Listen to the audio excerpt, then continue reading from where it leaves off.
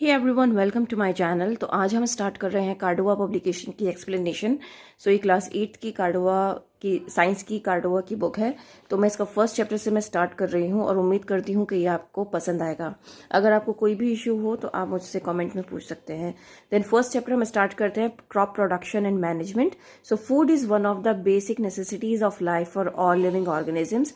सबसे पहले तो आपको चैप्टर का मतलब पता होना चाहिए, क्रॉप प्रोडक्शन एंड मैनेजमेंट। सबसे पहले हम किस तरीके से क्रॉप प्रोड्यूस करते हैं, फार्मर्स किस तरीके से मेहनत करते हैं, क्या क्या चीज़ें वो यूज़ करते हैं, प्रोसेस क्या होता है, उनके स्टेप्स क्या होते हैं। देन उसके बाद उसको जब हमने हार्वेस्ट कर ली है, अपनी फसल को हमने काट ली है, उसके बाद क्या होगा, उसके बाद हम उसको कैसे मैनेज करेंगे, हम तक वो कैसे पहुंचता है। फार्मर से हम डायरेक्ट जाके डील नहीं करते हैं, राइट। हम क्या करते हैं, हम शॉप से खरीदते हैं, वो तो शॉप्स तक कैसे पहुंचती है, ये सारा प्रोसेस हम इस चैप्टर में पढ़ने वाले हैं।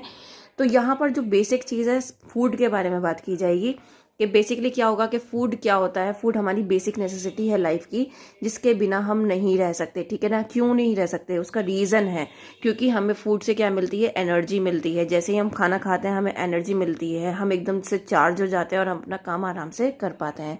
दूसरी बात ये है कि फूड जो है ग्रोथ के लिए बहुत ज़्यादा हेल्पफुल होता है। अगर हम खाना नहीं खाएंगे तो हम बहुत ज़्यादा थिन हो जाएंगे और हमारी ग्रोथ भी नहीं होगी। तो हम बेसिकली ये कह सकते हैं कि ये हमारी बेसिक नेसेसिटी है लाइफ की। जैसे कि कपड़ा, मकान एक बेसिक नेसेसिटी है, उसी तरीके से खाना भी हमारी एक बेसिक नेसेसिटी है। So food provides energy for carrying out all body functions such as digestion, respiration and excretion. ये आपको पता होना चाहिए कि फूड की वजह से ही ये सारे प्रोसेस होते हैं। क्यों होते हैं? जब खाना पेट में जाएगा तभी तो डाइजेशन का प्रोसेस होगा, जब डाइजेशन का प्रोसेस होगा तभी तो आपको एनर्जी मिलेगी, है ना। रेस्पिरेशन मतलब आप सांस ले रहे हो, अंदर बाहर कर रहे हो, वो भी किसका प्रोसेस है, फूड, इसी से रिलेटेड है आपका। एक्सक्रीशन मतलब जो आपका वेस्ट प्रोडक्ट होता है, जैसे कि जो डाइजेशन में रह जाता है वेस्ट प्रोडक्ट, वो क्या होता है, एक्सक्रीट होता है, और आई मीन वो बॉडी से बाहर निकलता है इन द फॉर्म ऑफ, आप स्टूल के लिए जाते हो तो वो in the form of stool वो निकलता है। Food is required for growth, development and body repair. अब यहाँ पे बॉडी रिपेयर की बात हुई है। यहाँ पे बॉडी रिपेयर ऐसा तो है नहीं कि खाना आपकी बॉडी को रिपेयर करता है ना। अब आपके दिमाग में ये वाली बात आ रही होगी ना, क्योंकि जब हम रिपेयर वर्ड यूज करते हैं तो रिपेयर का मतलब होता है उसमें कोई चीज़ कमी हो गई है, उसकी हम मरम्मत कर रहे हैं, है ना। लेकिन यहाँ पे रिपेयर का मतलब होता है सेल्स का रिपेयरमेंट, ठीक है। आपको पता होना चाहिए कि हमारी बॉडी में रोजाना सेल्स रेगुलर बनती रहती हैं और ख़त्म होती रहती हैं। कुछ सेल्स ऐसी होती हैं जो डैमेज हो जाती हैं, तो उसको रिपेयर किया जाता है और फूड उसको हेल्प करता है रिपेयर करने में, ठीक है। तो इस तरीके से यहाँ पर बॉडी रिपेयर की बात की गई है। It also protects the body against diseases. अब खाना हमें डिजीजेज से भी बचाता है। कैसे बचाता है?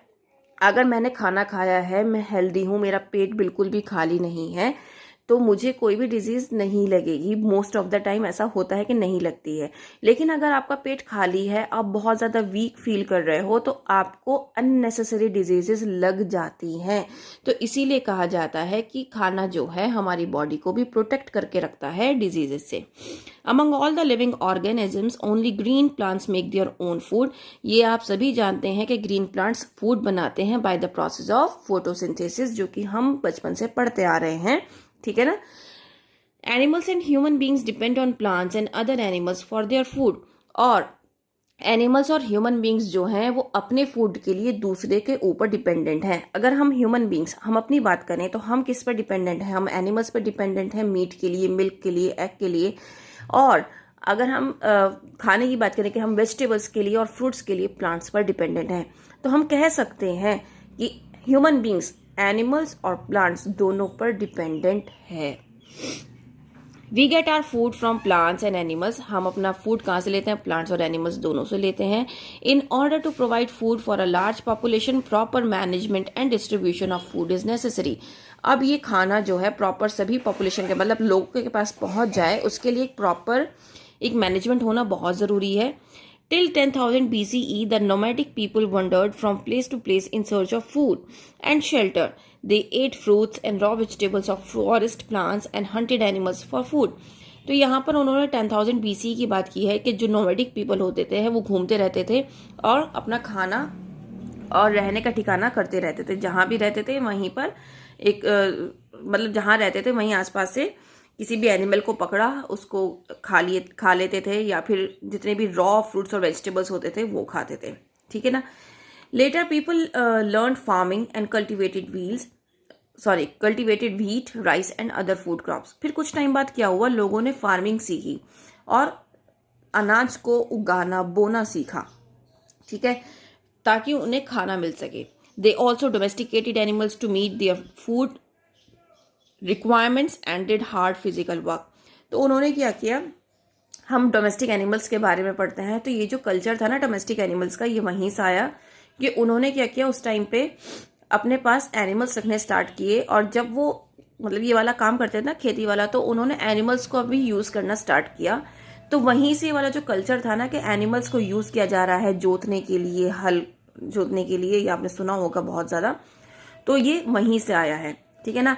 तो उस टाइम पे डोमेस्टिक एनिमल्स इसलिए भी रखे जाते थे कि अगर उन्हें भूख लगी या उन्हें खाना नहीं मिला तो वो डोमेस्टिक एनिमल्स को क्या करते थे, एज अ फूड वो यूज़ करते थे, उनको खाते थे मारकर, ठीक है। This marked a new era in the history of humans. अब इस चीज़ ने क्या किया, एक न्यू एरा लेकर आया, हिस्ट्री में एक नया पड़ाव लेकर आया ह्यूमंस की, कि उन्होंने क्या किया, कल्टीवेशन स्टार्ट किया, फार्मिंग स्टार्ट की। From food gathers they turn into food producers. मतलब जो फूड गैदर करते थे इधर उधर से, छीनना झपटना मारना, मतलब जानवरों को मार के खाते थे, या फिर रॉ फ्रूट्स और वेजिटेबल्स खाते थे, उन्होंने क्या किया, फूड प्रोड्यूस करना स्टार्ट कर दिया। उन ह्यूमन बींग्स ने क्या कर दिया, फूड प्रोड्यूस करना स्टार्ट कर दिया, और वहीं से एग्रीकल्चर जो है, ये वर्ड आपका पैदा हुआ। दैट मीन्स इसकी शुरुआत हुई। Agriculture is an applied science that deals with the mass production of crop plants and animals useful to human beings.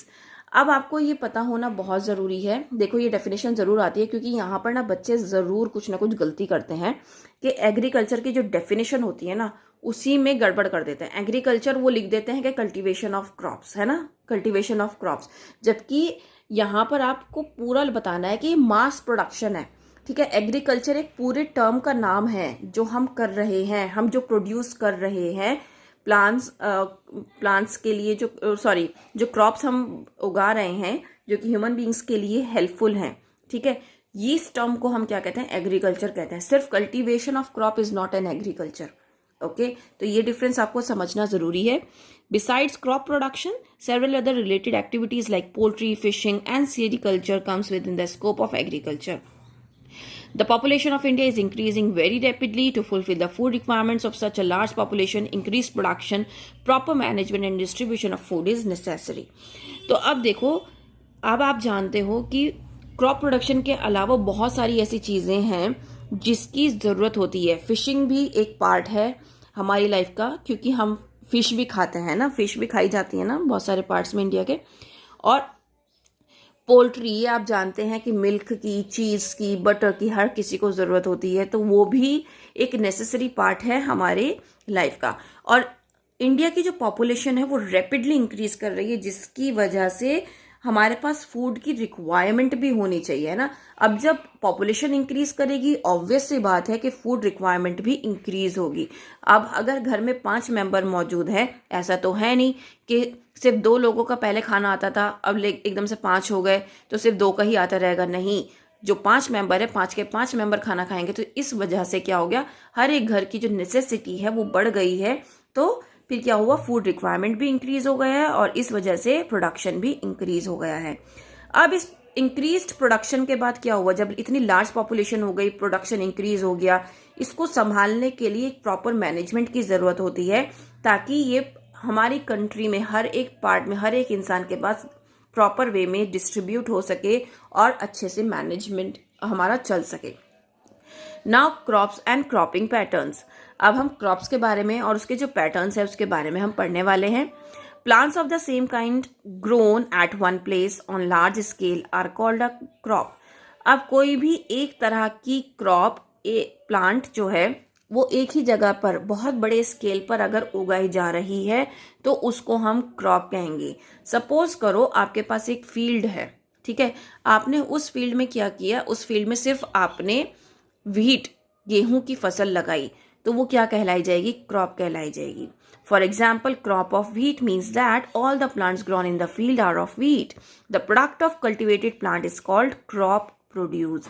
अब अगर वो अच्छे से उसका कल्टीवेशन हुआ, अच्छे से वो उगी, फिर उसके बाद कटाई हुई, उसकी सब कुछ हुआ, तो वो आपकी क्रॉप प्रोड्यूस कहलाया जाएगा। तो ये जो टर्म्स है ना, छोटी छोटी टर्म्स जो हैं, इनको आपको पढ़ना जरूरी है। एक तो एग्रीकल्चर की, तो उसके बाद यहाँ पर क्रॉप्स की, और ये क्रॉप प्रोड्यूस की, ठीक है।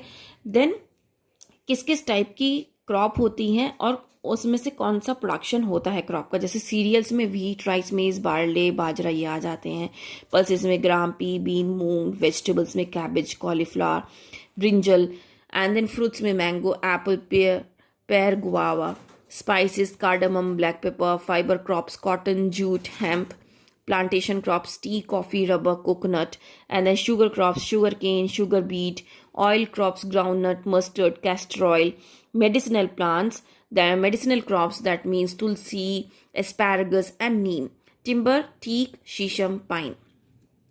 अब देखो यहाँ पर एक ब्लू में ना ये आपको कुछ दे रखा है, horticulture. Horticulture that means garden cultivation. ये बहुत इंपॉर्टेंट टर्म है जो कि आपसे हॉट्स में पूछी जा सकती है, या फिर उसमें पूछी जा सकती है कि एमसीक्यूज में आ सकता है कि हॉर्टिकल्चर का मतलब क्या होता है। Branch of agriculture that deals with the production of vegetables, fruits and ornamental plants, ठीक है। वैसे इसको हम गार्डन फार्मिंग भी कहते हैं, ठीक है।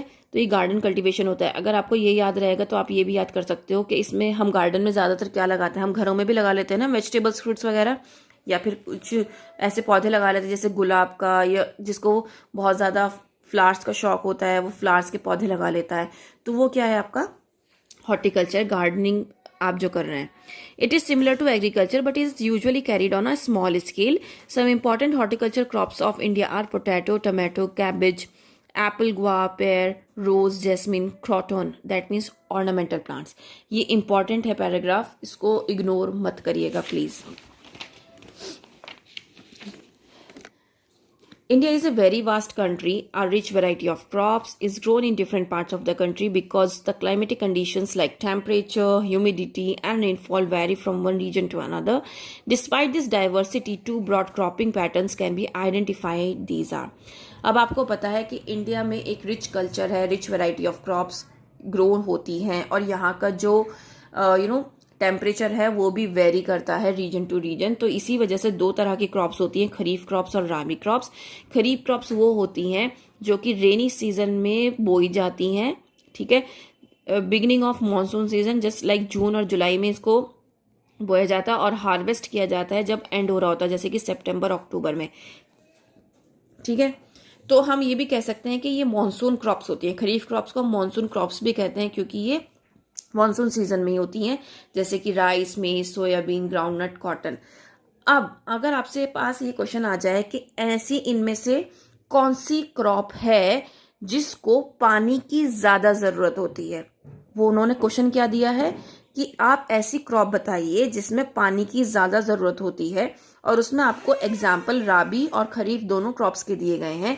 तो आपको खरीफ क्रॉप्स के एग्जाम्पल को क्या करना पड़ेगा, टिक करना पड़ेगा, क्योंकि अगर आपको मीनिंग पता है खरीफ क्रॉप और राबी क्रॉप्स का तभी आप इसको टिक कर पाओगे, अदरवाइज नहीं, क्योंकि डिफरेंस पता होना जरूरी है। खरीफ क्रॉप्स वो होती हैं जो रेनी सीजन में होती है। जब रेनी सीजन में होगी दैट मीन्स पानी ही पानी है। इन सारी क्रॉप्स को पानी की बहुत ज्यादा जरूरत पड़ती है, ठीक है। अब राबी क्रॉप्स की बात करेंगे तो राबी क्रॉप्स विंटर में होती हैं, ठीक है। विंटर में इनको बोया जाता है और इसका एंड सीजन पे क्या कर दिया जाता है, निकाल दिया जाता है, ठीक है। जैसे अक्टूबर नवंबर में इनको सो किया जाता है, ठीक है, और हार्वेस्ट कर दिया जाता है मार्च और अप्रैल में, ठीक है। ये राबी क्रॉप्स जो है डिपेंड नहीं करती मॉनसून रेंज पर, जैसे कि खरीफ क्रॉप्स में था कि उसको रेन की ज्यादा जरूरत होती है, क्योंकि उन क्रॉप्स को पानी की ज्यादा जरूरत होती है। इन क्रॉप्स को पानी की ज्यादा जरूरत होती नहीं है, इसीलिए इनको हम क्या करते हैं, सर्दियों में बोते हैं, ठीक है। जैसे कि wheat, gram, pea, mustard and linseed are rabi crops, ठीक है। ये आपको पता होना चाहिए। नाउ यहाँ पर आपके पास एक एग्रीकल्चरल प्रैक्टिस का ये आप देख सकते हैं, एक ये चार्ट है, ठीक है। ये चार्ट अगर आपने याद कर लिया तो ये सोचिए चैप्टर पूरा आपके हाथ में है। अगर आपको ये स्टेप्स पता हैं कि पहले प्रिपरेशन होगी सॉइल की, किस तरीके से होगी, या तो आप प्लफ कर सकते हो या लेवलिंग कर सकते हो। सिलेक्शन होगा सीड्स का, देन रिप्लेनिशमेंट होगा न्यूट्रिएंट्स का सॉइल में, irrigation, crop protection, harvesting, storage. ये स्टेप्स याद कर लो। उसके बाद जो मैं समझा रही हूँ उसको समझ लो, अपनी लैंग्वेज में लिखना, मार्क्स कहीं नहीं कटेंगे, ठीक है। जस्ट आपको ये पता होना चाहिए कि जैसे जैसे हम बड़ी क्लासेस में आते रहते हैं, जैसे आप ये 8th क्लास में हो, 9th में आओगे, 10th में आओगे, तो आप अगर साइंस में अपने आप से बनाकर लिख रहे हो और आप इंग्लिश में अच्छे नहीं हो लिखने में, तो आपकी ग्रामेटिकल मिस्टेक्स पे ना मार्क्स नहीं कटेंगे, ठीक है। आप बस अपनी बात उनको समझा दो, ठीक है। सेंटेंस करेक्ट होना चाहिए, मैंने कहा है ग्रामेटिकल मिस्टेक पे मार्क्स नहीं कटेंगे, ठीक है, साइंस में स्पेसिफिकली। तो आपकी सेंटेंस करेक्ट होने चाहिए, ठीक है। नाउ प्रिपरेशन ऑफ सॉइल, हम प्रिपरेशन करेंगे सॉइल की। It is the first step of growing crops, it involves loosening and turning of soil. Important part, preparation में हम सॉइल को लूज करेंगे, टर्न करेंगे। कैसे करेंगे, अब आप यहां पर देख सकते हो। प्रिपरेशन ऑफ सॉइल 2 तरह की होती है, प्लफिंग एंड लेवलिंग, ठीक है। अब हम यहाँ पे देखते हैं प्लफिंग के लिए हम क्या करते हैं। ये आज के टाइम में इस तरह का ट्रैक्टर आ गया है, ठीक है ना। ये क्या करता है, प्लफिंग में हेल्प करता है ताकि सॉइल जो है वो लूज हो जाए। लूज करने का मकसद क्या है, लूज करने का मकसद ये है कि जब भी हम कोई सीड इसमें डालें तो वो ग्रो कर पाए। अगर हम लूज नहीं करेंगे, सीड ऊपर से ऐसे ही डाल देंगे, तो मिट्टी के अंदर सीड नहीं जाएगा और वो ग्रो नहीं होगा, क्योंकि ऊपर से ही चिड़िया उठा के ले जाएगी सीड को और वो खा लेगी, ठीक है ना। अगर हमें कोई भी प्लांट ग्रो करना होता है तो हमें मिट्टी के अंदर दबाना होता है ना, तो हमें क्या करना है, उसके लिए हम सॉइल को क्या कर रहे हैं, लूज कर रहे हैं, टर्न कर रहे हैं। टर्न मीन्स जब आप लूज करोगे तो ऊपर नीचे हो जाएगी, तो उसी को हमने टर्निंग कहा है, दैट्स इट। तो यहाँ पर ये जो कल्टीवेटर है ये क्या कर रहा है, ये प्लफ कर रहा है, ऊपर नीचे कर रहा है मिट्टी को। The process of loosening and turning of the soil is called ploughing और टिलिंग, ठीक है। इसी प्रोसेस को हम प्लफिंग भी कहते हैं और टिलिंग भी कहते हैं। This is done by using a plough which is either drawn by a pair of bulls और ड्रिवन बाय अ ट्रैक्टर। आपने देखा होगा पुराने जमाने में जो गांव से बिलोंग करते हैं उनको तो बहुत अच्छे से पता होगा कि पहले ये होता था। अगर उन्होंने पहले का भी नहीं देखा, अब ट्रैक्टर से किया जाता है ये सब चीजें, ठीक है। तो पहले मिट्टी को ऐसे किया जाता था और पहले बुल्स की मदद से किया जाता था, ठीक है। अब ये ट्रैक्टर की मदद से किया जाता है। Loosening of soil is important because of following reasons. Loosening क्यों इंपॉर्टेंट है, रीजन पता होना चाहिए, क्योंकि loose soil particles have more air spaces that helps the root of crop plants to breathe better. अब अगर सॉइल पार्टिकल्स लूज नहीं होंगे तो वो एयर स्पेसेस में जो स्पेसेस होंगी वो पॉसिबल नहीं है कि स्पेस हो वहां पर। अगर स्पेस नहीं है दैट मीन्स एयर नहीं है। तो हमें ऐसी क्रॉप उगानी है, हमारी क्रॉप अच्छी होनी चाहिए, हम हमेशा यही चाहते हैं ना। तो इसलिए हम क्या करते हैं, लूज करते हैं। उसका मकसद होता है कि जो एयर स्पेसेस होते हैं वो खुल जाते हैं बहुत अच्छे से, और जिसकी वजह से वो अच्छे से ब्रीथ कर पाती है सॉइल। और आपको पता होना चाहिए कि जब हमारी लूज सॉइल होती है तो जो पानी है ना उसको अच्छे से ज्यादा देर तक होल्ड करके रहती है, जिसकी वजह से रूट्स तक पानी अच्छे से पहुंच जाता है, ठीक है। और नीचे लेयर्स तक, हमारी रूट्स की नीचे वाली लेयर्स तक पानी अच्छे से पहुंच जाता है।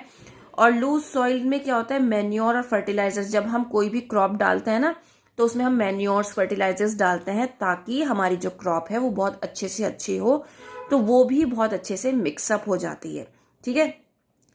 और वीड्स को रिमूव करने में भी ये जो प्रोसेस है ना ये हेल्पफुल होता है। वीड्स मतलब जितने भी कीड़े होते हैं ना हमारी सॉइल में, इस प्रोसेस में जब हम प्लफिंग कर रहे हैं ना, टर्निंग कर रहे हैं सॉइल को और लूज कर रहे हैं, तो इससे क्या होता है कि बहुत सारे जो वीड्स है ना वो खत्म हो जाते हैं, ठीक है, रिमूव हो जाते हैं, जिसकी वजह से हमारी सॉइल में माइक्रोब्स की जो ग्रोथ है वो बढ़ जाती है। और माइक्रोब्स आपको पता है कि हमारे सॉइल में अगर माइक्रोब्स प्रेजेंट हैं वो बहुत ज़्यादा हेल्पफुल होते हैं ग्रोथ के लिए, और ह्यूमस ऐड करते हैं वो सॉइल के अंदर, ठीक है, जो कि न्यूट्रिएंट रिच होती है, जिसकी वजह से जो हमारा जो सॉइल का जो लोअर लेवल भी होता है ना, जैसे अपर लेवल में हम प्लफिंग वगैरह कर रहे हैं, लूज नहीं कर रहे हैं, जो लोअर लेवल होता है वहां तक वो न्यूट्रिएंट्स पहुंच पाते हैं और हमारी जो फसल है वो अच्छे से अच्छी हो पाती है। ठीक है। अर्थवॉर्म्स क्या होती हैं? फार्मर्स फ्रेंड होती हैं। ये यहाँ पर आपको पता होना बहुत ज़रूरी है। दूसरी बात, यहाँ पर आप ये वाला एग्जाम्पल देख रहे होंगे ना, एग्रीकल्चरल इम्प्लीमेंट्स, ये क्या है? ये आपको जो हम वहाँ पर यूज़ करते हैं एग्रीकल्चर में, हम प्लफ हो यूज़ करते हैं, तो ये उसकी पिक्चर्स दे रखी हैं, उसमें क्या क्या चीज़ें प्रेजेंट होती हैं वो चीज़ आपको बता रखी है। ठीक है, सिर्फ आपको एक जनरल नॉलेज होनी बहुत ज़रूरी है इसकी। ठीक है, देन हम यहाँ पे बात करते हैं लेवलिंग की। After ploughing the ploughed land is levelled and pressed lightly with the help of a wooden plank और आयरन लेवलर। तो इस तरीके से एक वुडन प्लैंक होता है या फिर आप आयरन लेवलर उसमें होता है ट्रैक्टर में, तो उससे भी आप कर सकते हैं। ठीक है, और उसको लेवल किया जाता है। द प्लफ फील्ड्स में have big pieces of soil called crumbs which need to be crushed. Plough fields में कुछ ऐसे बड़े बड़े पत्थर भी आ जाते हैं सॉइल के, जो इनको क्रश किया जाता है। तो लेवलिंग में क्या होता है कि वो सब क्रश हो जाते हैं और सॉइल इरोजन से लेवलिंग हमें प्रिवेंट करती है। सॉइल इरोजन का मतलब होता है जब जमीन जो है बंजर होने लगती है, मतलब जिसमें आप कोई भी क्रॉप ग्रो नहीं कर सकते। ठीक है। The levelled soil is not blown by wind और ड्रेन्ड ऑफ बाई वाटर। जब हम सॉइल को लेवल कर लेते हैं ना, तो तेज हवा से भी वो जो सॉइल है ना वो उड़ती नहीं है। ठीक है, या फिर पानी के साथ वो बहती नहीं है। जैसे बहुत तेज हमने ज्यादा पानी हो गया है क्रॉप्स में, तो वो पानी मतलब मिट्टी बह जाएगी, ऐसा नहीं होता है लेवल करने से। और uniform distribution of water and manure, मतलब जब आप लेवल कर देते हो ना अपनी सॉइल को, तो उससे क्या होता है कि यूनिफॉर्म डिस्ट्रीब्यूशन रहता है। एक तरीके से पानी जाएगा, एक सा पानी जाएगा सब जगह सारी क्रॉप्स में। ऐसा नहीं होगा कि कहीं ज़्यादा हो गया है कहीं कम हो गया है। तो ये बहुत ज़्यादा हेल्पफुल रहता है। ठीक है, नेक्स्ट हम ये एक्सरसाइज करते हैं मल्टीपल चॉइस क्वेश्चंस की। The crops that are sown in the rainy season, जो क्रॉप्स रेनी सीजन में होती हैं वो कौन सी होती हैं? उनको हम खरीफ क्रॉप्स कहते हैं। Which of the following is not a rabi crop, इसमें से राबी क्रॉप कौन सी नहीं है? तो राइस हमें पता है इसको सबसे ज्यादा पानी चाहिए होता है, तो ये राबी क्रॉप नहीं है। The process of loosening and turning of the soil, वो हमने अभी पढ़ा है, इसको हम प्लफिंग बोलते हैं। Which one is use to level the ploughed land, जो हमने अभी यहाँ पर पढ़ा है लेवलर, हम इसको लेवलर बोलते हैं। Which among these is a plantation crop, अब ये आप कहोगे ये तो हमने पढ़ा ही नहीं है ना, ये हमने पढ़ा है फर्स्ट पेज पे, हमने ये पढ़ा है, हमने एक टेबल में पढ़ा था और ये सारी इसमें सब है, तो इसका मतलब ऑल ऑफ दीज। अब मैं आपको दिखाती हूँ कहाँ पर है ये टेबल जो है ना, ये बहुत इंपॉर्टेंट है। अब आपको पता चल गया होगा क्योंकि उन्होंने जो क्वेश्चन पूछा था वो यहाँ से पूछा था, प्लांटेशन क्रॉप्स कौन सी होती हैं। ठीक है, अगर आपने ये टेबल याद कर ली तो आपका बहुत सारे क्वेश्चन जो है आप कवर कर लोगे। ठीक है, तो ये वाला जो क्वेश्चन था ना प्लांटेशन क्रॉप का, वो वहीं से था। ठीक है, selection and sowing of seeds. ठीक है, अब हमें किस तरीके से सिलेक्ट करना है कि हमारी जो फसल है वो बहुत अच्छी हो जाए, तो उसके लिए हमें सीड किस तरीके से सिलेक्ट करना चाहिए। ठीक है, after soil preparation the next step is selection and sowing of seeds. This is the most important stage of crop production. अब ये बहुत ज़्यादा इंपॉर्टेंट स्टेज क्यों है क्रॉप प्रोडक्शन के लिए, ये हम जानेंगे इस वाले पार्ट में। देखो यहाँ पर आप एक एक्टिविटी देख रहे हो, ये एक्टिविटी क्या है? इसमें आप बता सकते हो कि कौन सा सीड आपके लिए अच्छा है कि आप उसको बोगे तो वो जो उसकी जो फसल उगेगी वो बहुत अच्छी होगी, या कौन सा ऐसा सीड है जो खराब है। ठीक है, अब इसके लिए आपको क्या करना पड़ेगा? आपको एक बीकर लेना पड़ेगा, उसके अंदर पानी भरना पड़ेगा। ठीक है, और इसके अंदर आप क्या करोगे, व्हीट के दाने डाल देना। ठीक है, और उसको हिला देना अच्छे से। ठीक है, उसके बाद क्या होगा कि कुछ ऐसे सीड्स होंगे जो कि नीचे बैठ जाएंगे थोड़ी देर बाद, है ना। कुछ ऐसे सीड्स होंगे जो कि ऊपर तैरने लगेंगे। अब जो ऊपर तैरने लगेंगे दैट मीन्स वो डैमेज्ड सीड्स हैं। क्यों है? जो चीज हॉलो होती है ना, अंदर से खाली होती है, वो ही आपकी तैरती है। ये तो आपने पढ़ा है ना, कौन सी चीज सिंक करती है? जो हैवी होती है, और कौन सी फ्लोट करती है? जो हल्की होती है। तो दैट मीन्स अगर आपका सीड बिल्कुल परफेक्ट है तो वो आपका तली में नीचे बैठ जाएगा, वही आपका गुड और हेल्दी सीड होगा। उसको अगर आप बोगे तो आपकी जो फसल है वो बहुत अच्छी आएगी। और ये जो आपके ऊपर बीज आ रहे हैं इसको आप डिस्कार्ड कर दीजिएगा। ठीक है, इस तरीके से आप सिलेक्ट कर सकते हैं सीड्स का, किस तरीके से हमें सिलेक्शन करना है। Plants grow from seeds while selecting seeds following precautions should be taken. अब हमें पता है कि जब हम प्लांट्स को उगा रहे हैं तो वो सीड से ही उगेंगे ना। तो अगर हमारा सीड ही अच्छा नहीं है तो हम कैसे उम्मीद कर सकते हैं कि हमारा प्लांट भी अच्छा होगा। अगर हमें प्लांटेशन अच्छी चाहिए, अपनी क्रॉप अच्छी चाहिए, तो उसके लिए सीड भी अच्छा होना जरूरी है। Only clean, healthy and disease free seeds should be selected. जो बिल्कुल साफ सुथरे और हेल्दी और डिजीज फ्री सीड्स होते हैं उन्हीं को सिलेक्ट करना चाहिए। अब हमें कैसे पता चलेगा कि कोई भी सीड डिजीज फ्री कैसे है? मैंने अभी यहाँ पर एक वर्ड यूज किया था, हॉलो। हॉलो का मतलब होता है खाली। ठीक है, अगर कोई सीड अंदर से खाली है, वो अपने आप से तो खाली नहीं हुआ होगा ना, कोई भी कीड़ा उसमें लगा होगा जिसने उसको खाया होगा अंदर से, जिसकी वजह से वो हॉलो हो गया। तो तभी तो वो डैमेज सीड है, तभी तो वो पानी के ऊपर तैर रहा है ना। इसी से तो हमें पता चला है कि उसके अंदर कोई डिजीज है या डैमेज हो चुका है वो सीड, इसीलिए वो सीड बेकार है। Seed should be treated with fungicides. Fungicide क्या होता है? जिनसे हम फंगस को मारते हैं। ठीक है, हमें सीड्स को किससे ट्रीट करना चाहिए? फंजीसाइड से ट्रीट करना चाहिए। Now after the selection of seeds they need to be sown in the field. अब हमने सिलेक्शन तो कर लिया, हमने ये तो देख लिया कि कौन सा सीड अच्छा है, कौन सा सीड बुरा है।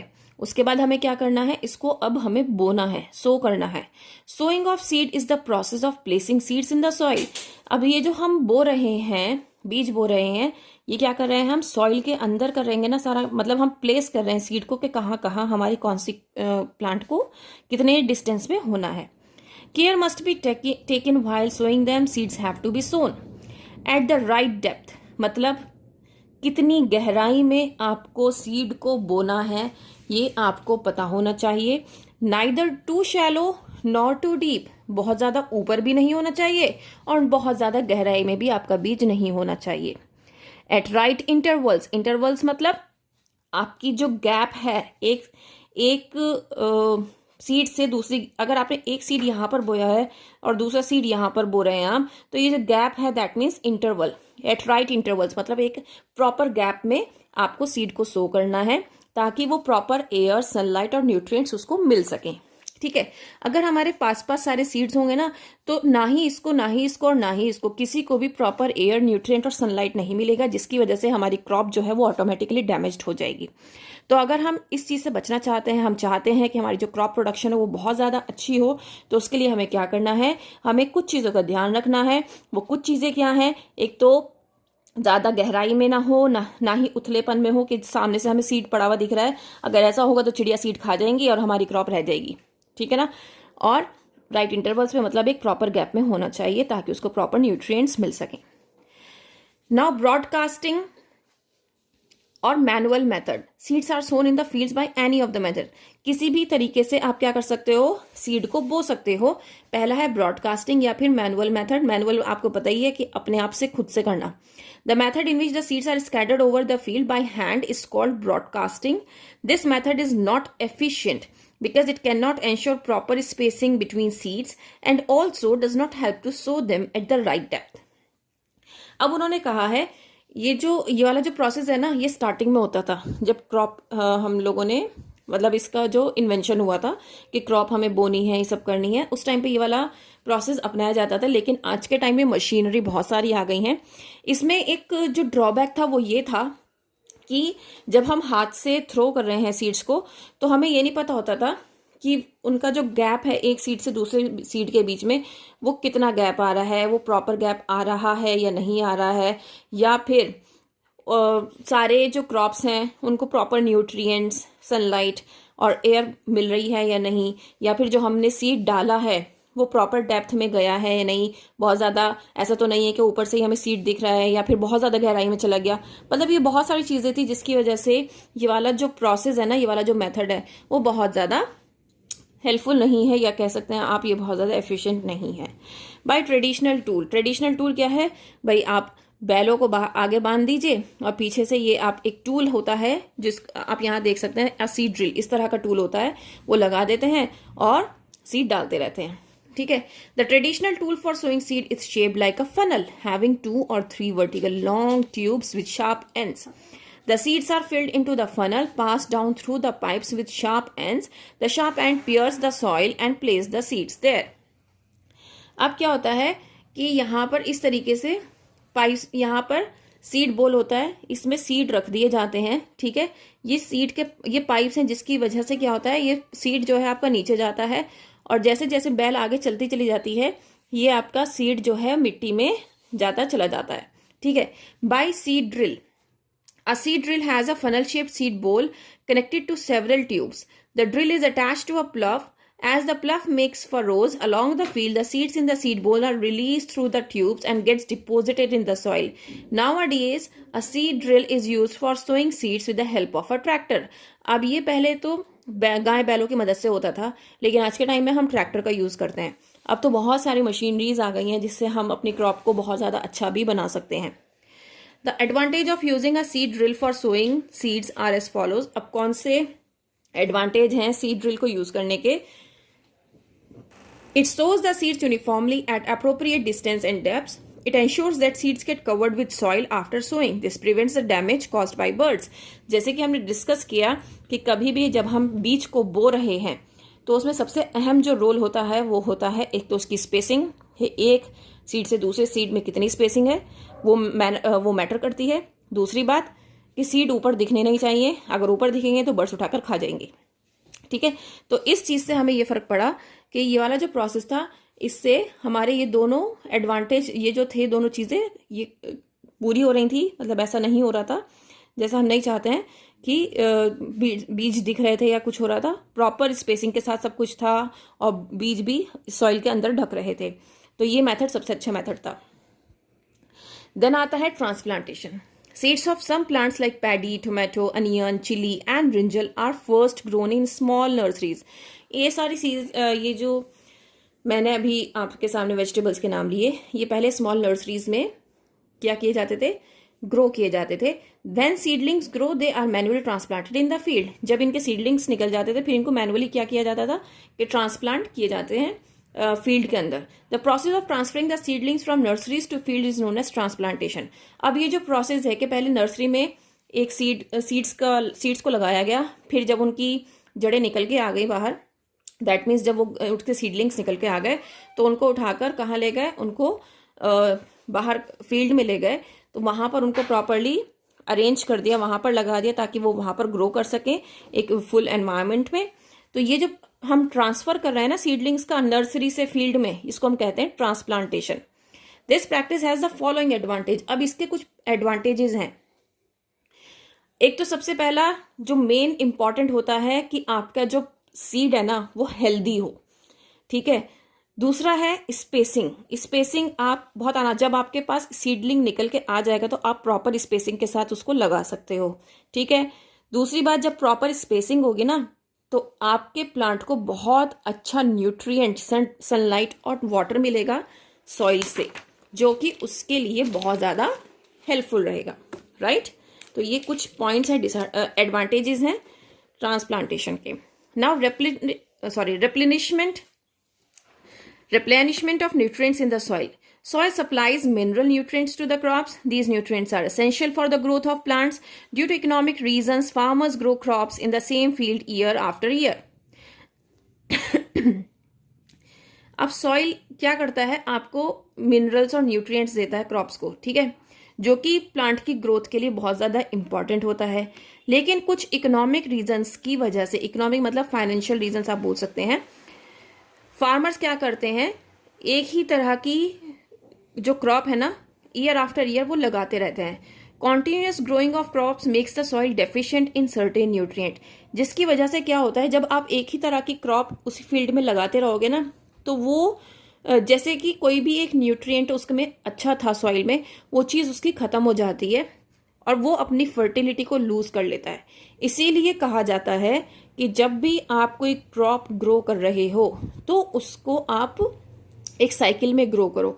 दैट मीन्स अगर आपने इस बार व्हीट की क्रॉप लगाई है तो नेक्स्ट ईयर आपको लगाना है राइस की क्रॉप। दैट मीन्स आपको हर बार चेंज करके क्रॉप लगानी है।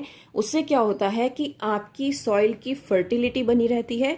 दूसरी बात ये, जो उसके अंदर न्यूट्रिएंट्स मिनरल्स प्रेजेंट होते हैं जो कि क्रॉप्स के लिए बहुत अच्छे होते हैं, सॉइल के अंदर जो प्रेजेंट होते हैं वो बरकरार रहते हैं, वो मौजूद रहते हैं, वो ख़त्म नहीं होते, जिसकी वजह से हर बार आपकी जो क्रॉप होगी वो बहुत अच्छी ही ग्रो होगी।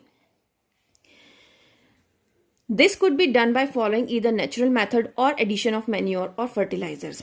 अब भाई जब आपकी कोई भी क्रॉप खराब होने लग जाती है, फर्टिलिटी लूज कर रही है सॉइल, तो हम क्या करते हैं, कुछ मेथड्स अपनाते हैं। वो मेथड्स क्या होते हैं कि हम मैन्योर्स डालना स्टार्ट करते हैं, फर्टिलाइजर्स डालना स्टार्ट करते हैं, right.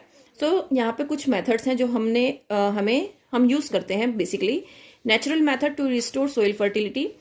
The fertility of soil is restored naturally by adopting the following methods. Fallowing. In this method, land is left uncultivated. या तो आप उस लैंड को, मतलब उसमें कोई भी क्रॉप ना लगाओ, ठीक है, 1 या 2 सीजन तक, ठीक है। उससे क्या होता है कि जो लैंड होती है ना, वो लैंड दोबारा से अपने सारे न्यूट्रिएंट्स का कर लेती है, फिर से वो गेन कर लेती है, क्योंकि जितने भी डिकम्पोजिशन होते हैं ना प्लांट्स और एनिमल्स के, वो वहां पर प्रेजेंट होते हैं सॉइल के अंदर, जिसकी वजह से उसके अंदर फिर से वो सब न्यूट्रिएंट्स और मिनरल्स प्रेजेंट हो जाते हैं सॉइल के अंदर, और फिर से वो तैयार हो जाती है कि अगर हम एक नई क्रॉप उसमें लगाएंगे तो वो बहुत अच्छी फसल हमें देगी। दूसरा मेथड होता है क्रॉप रोटेशन का।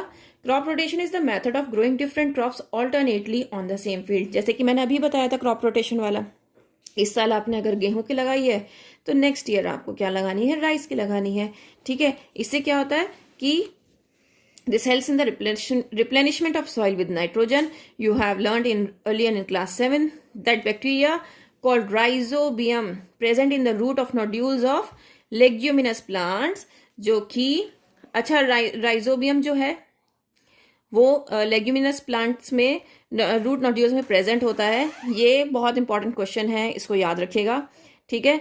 These bacteria convert atmospheric nitrogen into simpler nitrogen compounds which can be easily absorb by plants. Farmers are being encourage to adopt this practice.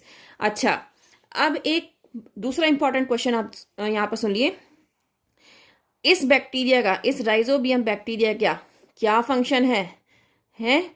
ये अगर लेग्यूमिनस प्लांट्स में प्रेजेंट होता है तो इसका कोई फंक्शन तो होगा, है ना। यस, इसका एक बहुत इंपॉर्टेंट फंक्शन है कि ये बैक्टीरिया कन्वर्ट करता है एटमॉस्फेरिक नाइट्रोजन को सिंपलर नाइट्रोजन कंपाउंड में, या आप कह सकते हैं नाइट्रेट्स में, जो कि प्लांट्स इजीली एब्जॉर्ब करते हैं। This is an important question, इसको याद कर लेना। देन आता है मिक्स्ड क्रॉपिंग। मिक्स्ड क्रॉपिंग क्या होता है? In this method 2 or more crops are grown together in the same field. The crops are selected such that the nutrients requirement of one crop is fulfilled by the other. Leguminous crops such as pea, soybean and cereal crops like wheat or rice can be grown together in the same field. Cotton and groundnut leguminous crops are grown together. Mix cropping में क्या होता है कि 2 ऐसे plants को एक साथ grow किया जाता है जो कि एक दूसरे को हर तरह से हेल्प करेगा और सॉइल की जो न्यूट्रिएंट्स हैं उसको भी बरकरार रखेगा, ठीक है। Manure and fertilisers. Use of manure और फर्टिलाइजर इज कॉल्ड मैन्योरिंग। जब हम मैन्योर और फर्टिलाइजर को यूज कर रहे हैं अपनी क्रॉप में तो उसको हम मैन्योरिंग कहते हैं। These substances enhance the fertility of the soil. मतलब जो फर्टिलिटी है सॉइल की उसको बढ़ाता है, ठीक है। नाउ मैन्योर क्या होता है? एक ऑर्गेनिक कंपाउंड है जिसमें बहुत सारे न्यूट्रिएंट्स प्रेजेंट होते हैं, ठीक है। और ये जो ऑर्गेनिक कंपाउंड है, ये जो मैन्योर है, हमें कहाँ से मिलता है, कैसे मिलता है?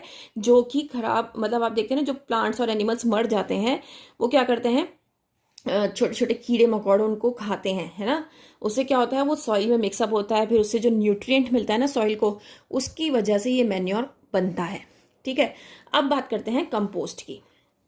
Compost is prepared by the decomposition of farm and domestic organic waste material like animal excreta, facial matter of human beings, sewage waste, weeds, dry leaves, etc.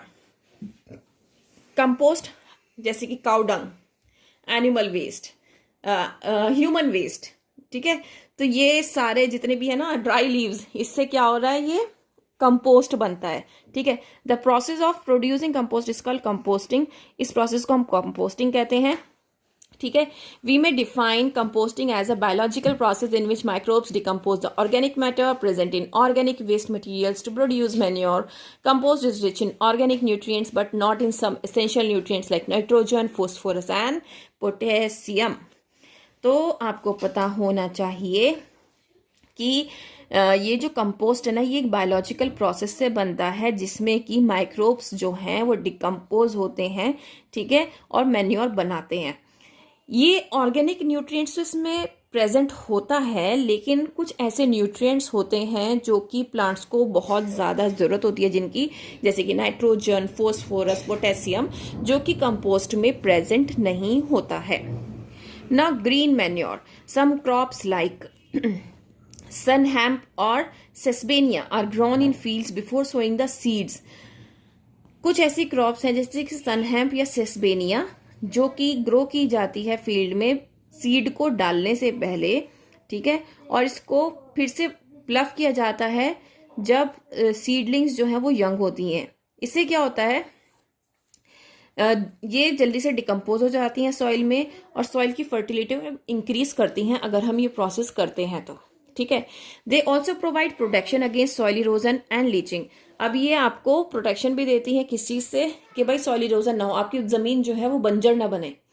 बंजर का मतलब क्या होता है कि उस पर हम फिर अगर हमारी सॉइल खराब हो जाती है, इनफर्टाइल हो जाती है, तो उस पर हम कोई भी क्रॉप ग्रो नहीं कर सकते हैं. कोई भी क्रॉप ग्रो करेंगे तो वो खराब हो जाती है, ठीक है. तो वो ना हो इसलिए हम इस प्रोसेस को अपनाते हैं. Fertilizers. Fertilizers are human-made chemical substances which are rich in one or more nutrients like nitrogen, phosphorus and potassium. Fertilizers are produced in factories.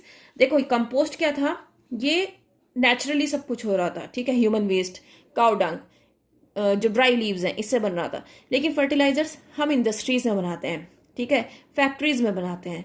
That means ये मैन मेड है, ठीक है, नेचुरल नहीं है. तो नाइट्रोजनस फर्टिलाइजर्स कौन से होते हैं, urea, ammonium sulphate, sodium nitrate. Phosphatic fertilisers, super phosphate, ammonium phosphate. Potassic fertilisers, potash, potassium sulphate. Then complex fertilisers, nitrophosphate, urea, ammonium phosphate. ये आपको याद होने बहुत जरूरी है, ठीक है, क्योंकि अगर नाइट्रोजनस फर्टिलाइजर्स की बात की जाए, चलो मैंने आपको एक क्वेश्चन दिया, मैंने आपको चारों का एक एक ऑप्शन दे दिया, अमोनियम, सुपर फोस्फेट, पोटेशियम और नाइट्रोफोस्फेट, और मैंने आपसे ये कहा कि आप मुझे इसमें पोटेसिक फर्टिलाइजर बताइए.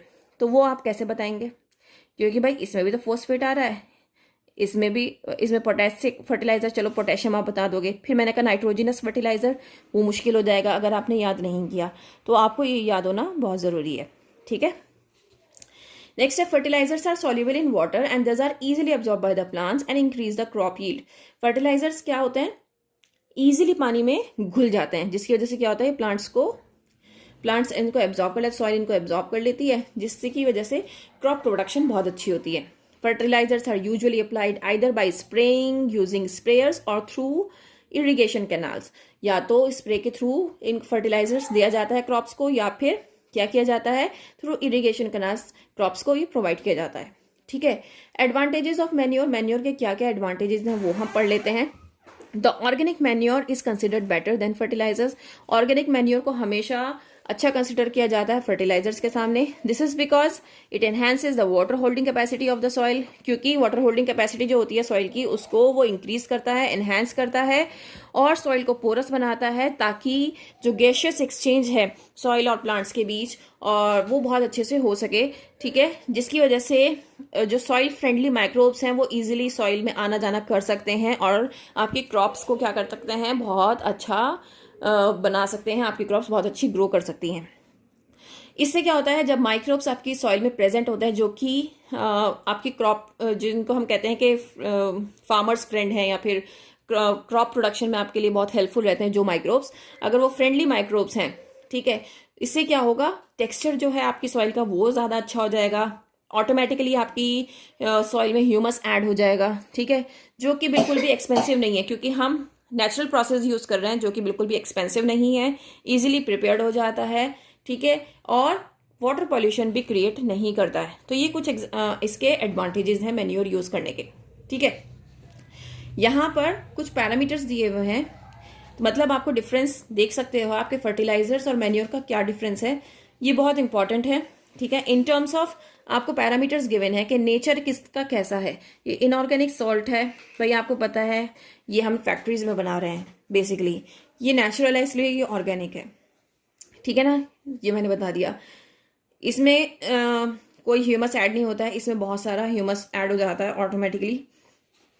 ये हमने पढ़ा था कि नाइट्रोजन, फॉस्फोरस और पोटेशियम ये प्रोवाइड नहीं करता है, जबकि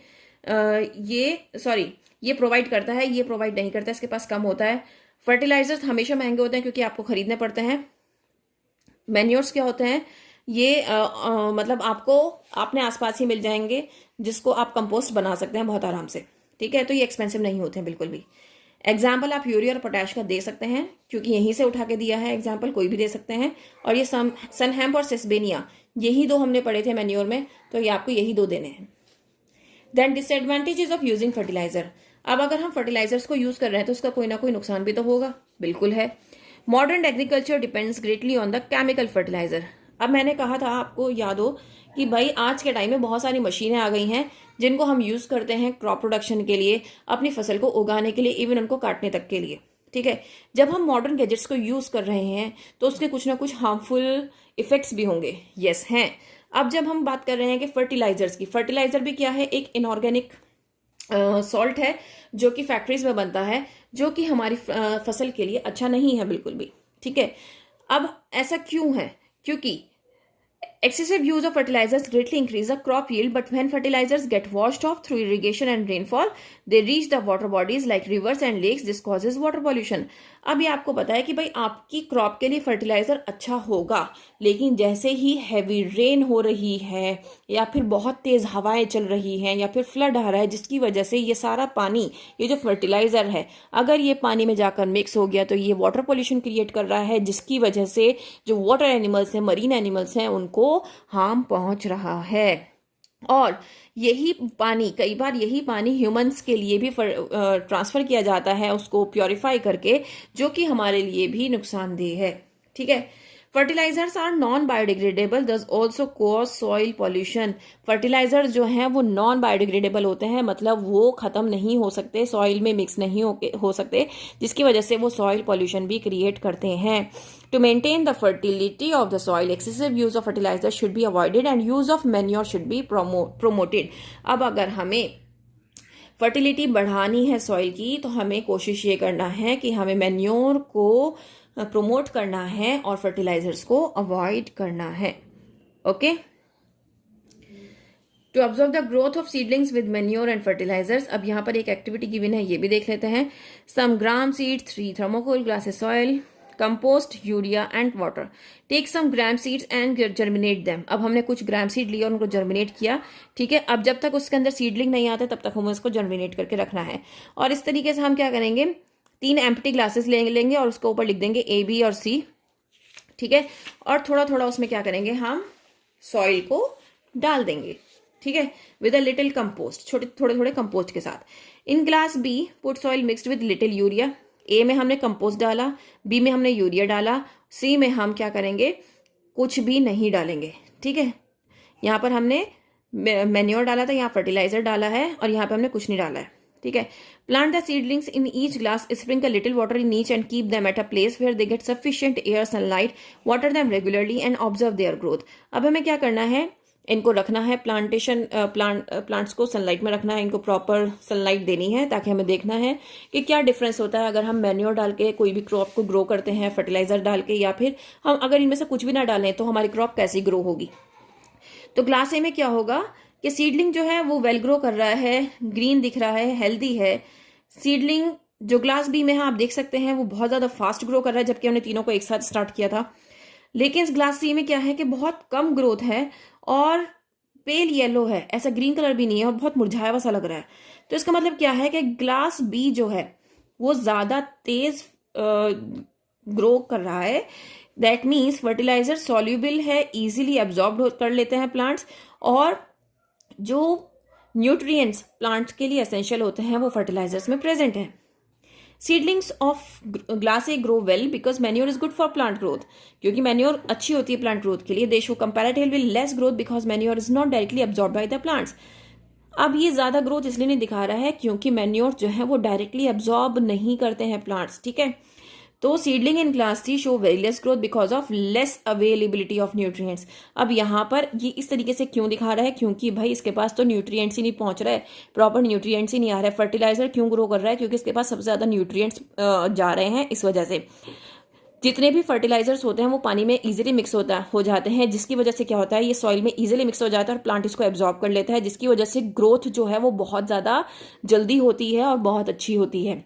रीजन यही है फर्टिलाइजर्स का, ठीक है। Manure original that means organic process है, आई मीन ओरिजिनल है, ठीक है, लेकिन इसमें ग्रोथ कम क्यों है, क्योंकि ये डायरेक्टली एब्जॉर्ब नहीं करते हैं प्लांट्स इसको, जिसकी वजह से इसको ग्रो करने में थोड़ा सा टाइम लगता है। अब यहाँ पर सी वाले में जब हमने कुछ डाला ही नहीं था, सिर्फ सॉइल डाल रखी है, कोई भी फर्टिलाइजर या मैन्योर हमने इसमें नहीं डाला, दैट मीन्स हम ये इसमें न्यूट्रिएंट्स प्रॉपर प्रेजेंट नहीं है, ठीक है। नेक्स्ट हम बात करते हैं इरिगेशन की। Water is one of the most vital substances that support life. Plants contain nearly 90% water, still they need water for their survival because of the following reasons. Irrigation आपको पता ही है, इरिगेशन का मतलब है जिस तरीके से हर इंसान को पानी की जरूरत होती है। आपको पता होना चाहिए कि हमारी जो दुनिया है, वर्ल्ड, अर्थ 75% वाटर से ढकी हुई है ना।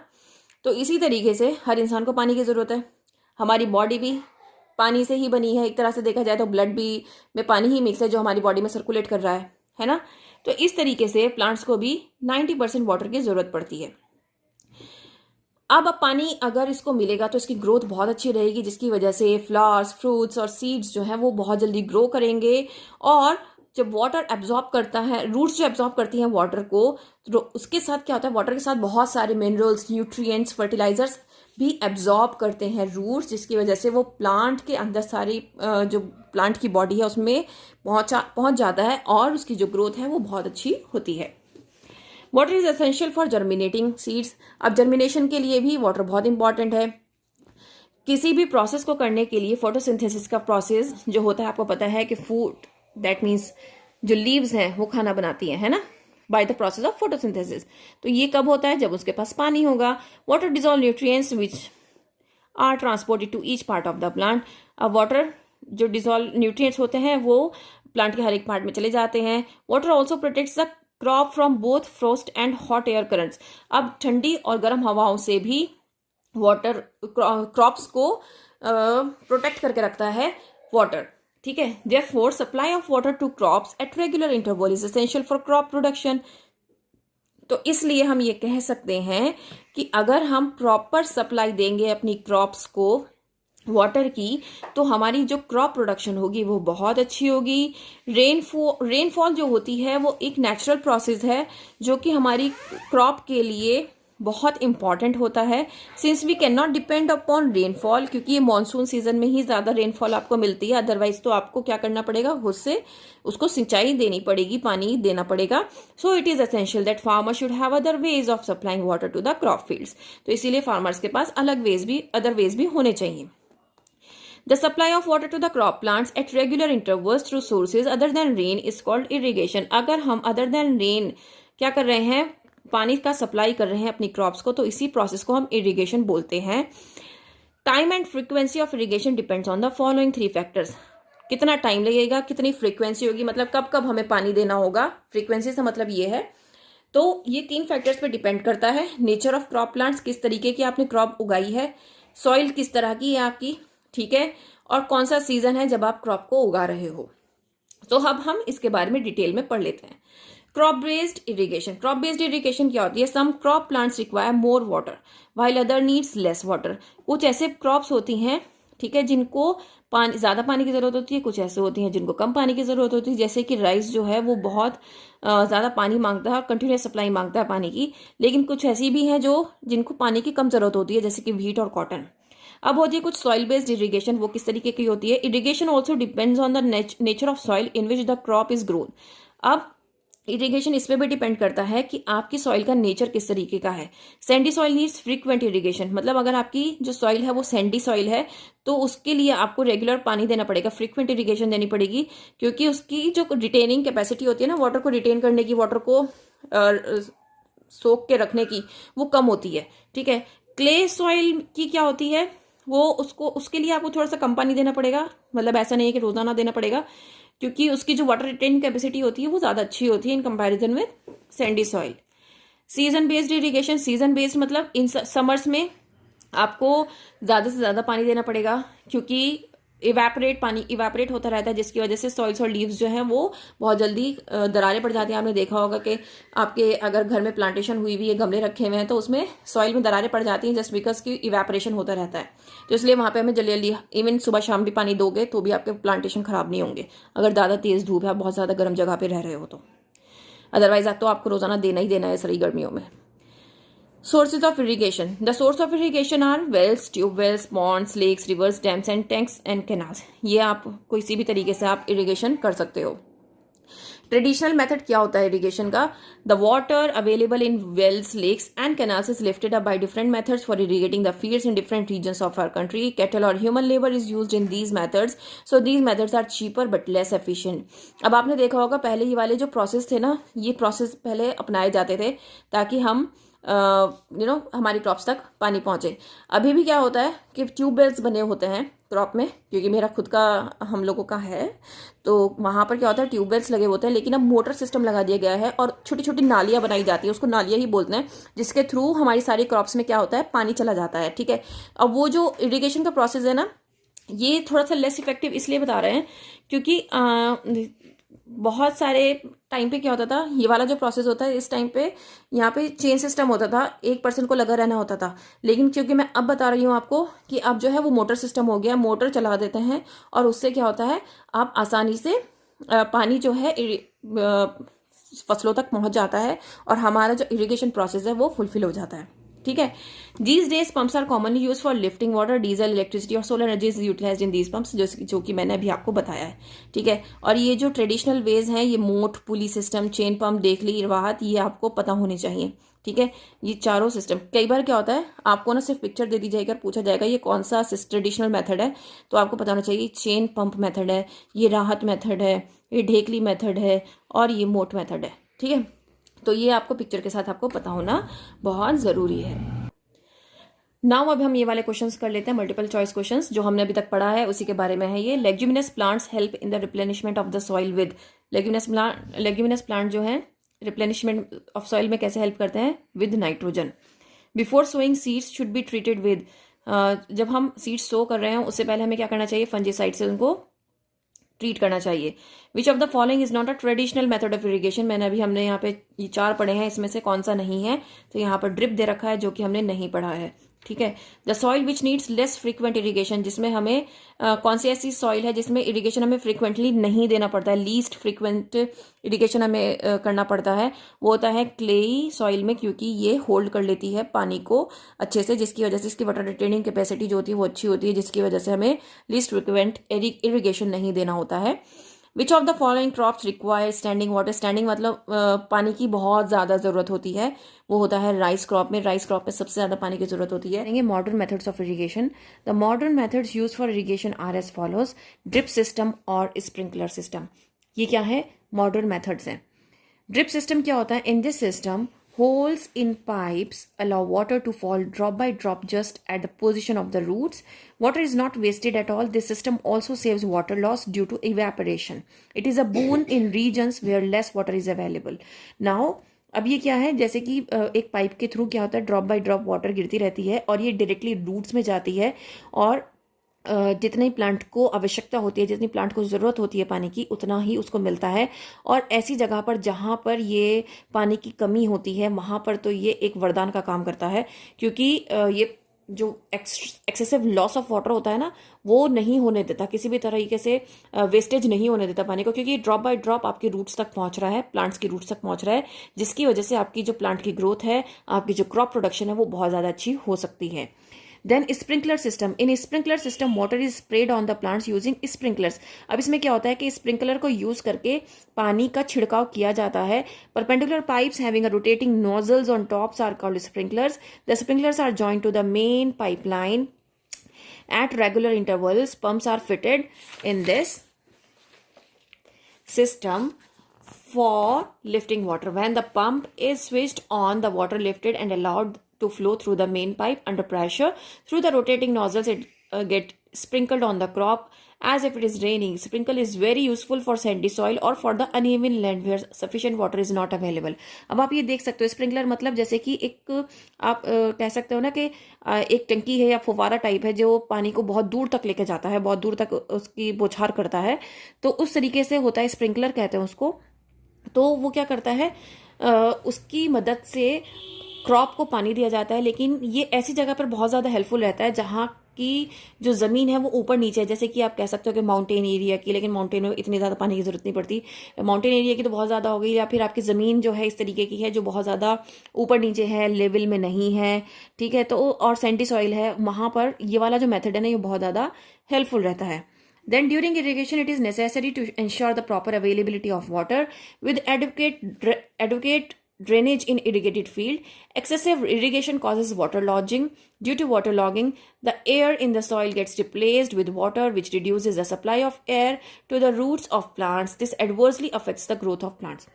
अब बेसिकली हो क्या रहा है कि जब इरिगेशन होता है तो ये ज़रूरी होता है कि आप जहाँ पर अपनी क्रॉप लगा रहे हो वहाँ पर पानी की अवेलेबिलिटी होनी बहुत ज़रूरी होती है, ठीक है, ताकि आपकी जो क्रॉप्स हैं वो डैमेज ना हो पानी की कमी की वजह से, ठीक है, या फिर जब पानी आप दे रहे हैं तो ऐसा ना हो कि वो क्रॉप्स में पानी रुक रहा है, जितनी आपकी क्रॉप को पानी की ज़रूरत थी उतना तो उसने रूट्स ने एब्जॉर्ब कर लिया, लेकिन उसके बाद भी पानी रुका हुआ है, तो इससे क्या होगा, रूट्स जो है वो गल जाएंगे और आपकी क्रॉप खराब हो जाएगी। तो इसको कहते हैं वाटर लॉगिंग। आपकी जो मतलब जो आपने बना रखी है ना, मतलब ऐसे नालियाँ सी बनाते हैं प्रॉपर, तो उसमें क्या करते हैं, जब सीड्स लगा रहे हैं तो हमें इस बात का ध्यान रखना होता है कि पानी का जो बहाव है वो इस तरीके से हो कि जितना रूट्स को ज़रूरत है वो रूट्स पानी सॉइल जो है वो एब्जॉर्ब कर ले पानी को, और उसके बाद जितना भी एक्सेसिव वाटर है वो बह जाए और आगे चला जाए, और जितने आगे प्लांट्स लगे हुए हैं वो वहाँ पर उनको यूटिलाइज कर ले उस पानी को, ठीक है, जिसकी वजह से जो ग्रोथ की है प्लांट की वो बिल्कुल भी अफेक्ट ना हो। नाउ नेक्स्ट है हमारा क्रॉप प्रोटेक्शन फ्रॉम वीड्स। पहला है protection from weeds. The unwanted plants which grow along with the cultivated crop in the field are called weeds. ऐसे अनवांटेड प्लांट जो कि हमारी क्रॉप के साथ उग जाते हैं उनको हम वीड्स कहते हैं, जो कि कुछ कॉमन वीड्स हैं जैसे कि चौलाई, कॉन्वोवुलस, ये क्या है, ये जो एमरैंथस, कॉन्वोवुलस, ये जो नाम देख रहे हैं ना ये साइंटिफिक नेम है।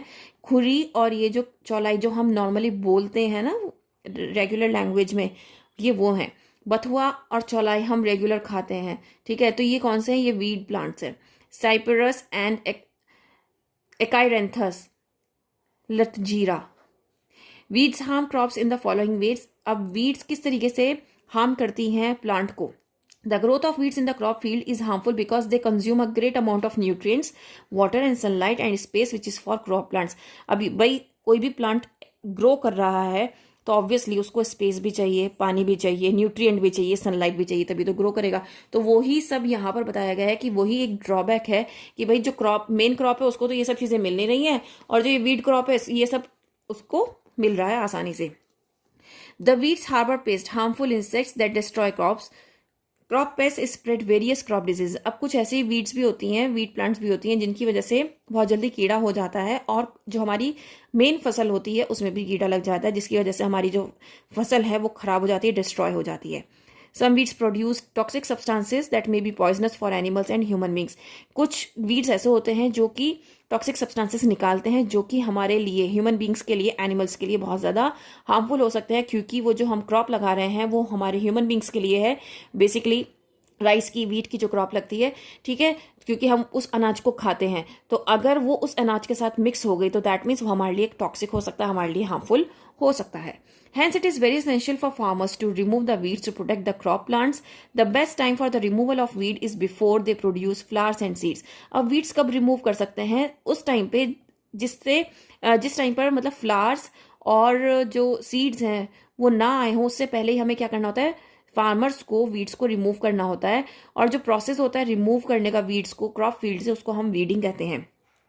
अब वीडिंग के भी कुछ मेथड्स होते हैं, एक होता है मैकेनिकल मेथड, दूसरा होता है केमिकल मेथड। मैकेनिकल मेथड में क्या होता है, वीड्स में be pulled out with hands और थ्रू प्लफिंग। या तो आप मैकेनिकल मतलब आप हाथ से कोई काम कर रहे हो, मतलब उसमें आपका मोशन लग रहा है, ठीक है, मूवमेंट हो रहा है, तो दैट मीन्स आप उसको खींच रह के निकाल सकते हो हाथों से, या फिर प्लफिंग के थ्रू कर सकते हो। They can also be remove by using tractor, driven seed drill, hoe and harrow. The weeds that appear during the growth of crop plants are removed manually by using a trowel. तो ये कुछ आपने देखा है कि कुछ ये इन्होंने इंस्ट्रूमेंट्स के नाम लिखे हैं, इंस्ट्रूमेंट्स कह सकते हैं, या फिर आप इनकी कुछ चीज़ें हैं जिनके थ्रू आप क्या कर सकते हो, रिमूव कर सकते हो वीड्स को, ठीक है। नाउ केमिकल मेथड कौन सा है, वीड के लिए केमिकल्स आते हैं जो कि जिनको हम वीडीसाइड्स कहते हैं। अगर हम उनको वीड्स पर डालेंगे तो क्या होगा, वो उस वीड्स को डिस्ट्रॉय कर देंगे, किल कर देंगी। कुछ कॉमन वीडीसाइड्स कौन से हैं, 2,4-D, या फिर हम कहते हैं two four dichlorophenoxy acetic acid, MCPA two methyl 4-क्लोरो one phenoxy acetic acid, butachlor, dalapon, metolachlor and simazine. Weedicides do not damage the main crops. Weedicides क्या करते हैं, मेन क्रॉप्स को बिल्कुल भी डैमेज नहीं पहुंचाते हैं, सिर्फ वीडीसाइड्स को ही खत्म करते हैं। स्प्रेइंग ऑफ वीडीसाइड्स में affect the health of farmers. Weedicides बहुत खतरनाक होती है क्योंकि वो एक भाई वीड्स को खत्म करने के लिए होती है, लेकिन वो फार्मर्स के लिए बहुत ज़्यादा हार्मफुल होती है क्यों, और फार्मर्स को अपना मुंह वगैरह ढक के बहुत अच्छे से उसके बाद उसको स्प्रे करना होता है। They should cover their nose and mouth with a piece of cloth during spraying of weedicide with a sprayer. The grains should be washed thoroughly before consumption because weedicides are poisonous. अब इन्होंने ये कहा है कि भाई जब farmer जो है, जब वीडीसाइड का स्प्रे कर रहा है तो वो अपना मुंह बहुत अच्छे से ढक रहा है, उसकी नाक और मुंह बिल्कुल अच्छे से ढके होने चाहिए। तो दैट मीन्स जब हम उस क्रॉप को खाएंगे, जो वीडीसाइड तो खत्म हो गए, ठीक है, लेकिन पूरी क्रॉप पे वो वीडीसाइड का वीड्स तो खत्म हो गए, लेकिन वीडीसाइड जो वो पूरी क्रॉप पर डाला गया है। अब वो क्रॉप जब हमारे पास पहुंचेगी तो ऑब्वियसली हमें उसको बहुत अच्छे से वॉश करना है, बहुत अच्छे से थॉरली उसको वॉश करके फिर उसको कंज्यूम करना है, ताकि हमें कोई भी इसका इफेक्ट ना हो। Then biological method, insects or some other organisms that consume and specifically destroy the wheat plants are introduced in the crop field. कुछ ऐसे plants भी होते हैं, कुछ ऐसे insects होते हैं या organism होते हैं जो हम फील्ड में छोड़ देते हैं, जो कि उन वीड्स को खाते हैं और हमारी क्रॉप को बिल्कुल भी खराब नहीं करते हैं। इसीलिए इस मेथड को हम क्या कहते हैं, biological control of weeds. The best Indian example of biological control is weeding of prickly pair cactus by using the cochineal insects. तो ये इंपॉर्टेंट है, ठीक है, इसको आपको याद करना है। Protection from pest and diseases. Pest are organisms that attack and damage crop. Pest क्या होते हैं, जो कि अटैक करते हैं क्रॉप के ऊपर और उसको डैमेज कर देते हैं। वो रोडेंट्स भी हो सकते हैं, जैसे कि रैट्स, लोकस्ट, वीविल्स और टर्माइट्स, और बहुत तरीके के हैं, ठीक है। जैसे कि आपने सुना होगा भी कुछ टाइम पहले कि ग्रास हॉपर बहुत सारे आ रहे थे। अब वो मतलब पूरी कंट्री में इधर उधर मूव कर रहे थे और क्रॉप्स को डैमेज करते जा रहे थे, खाते जा रहे थे। तो ये भी एक बहुत बड़ा हमें मतलब जो भी फार्मर्स है ना, उनके लिए बड़ा खतरनाक मामला हो जाता है कि वो इतनी मेहनत से अपनी क्रॉप्स को उगाते हैं और इस तरीके के कीड़े या फिर इस तरीके की बलाएं आती हैं और मतलब पूरी क्रॉप्स को एकदम ख़त्म करके नष्ट करके चली जाती हैं। तो आप खुद सोचिए कि फार्मर्स को कितना नुकसान होता होगा।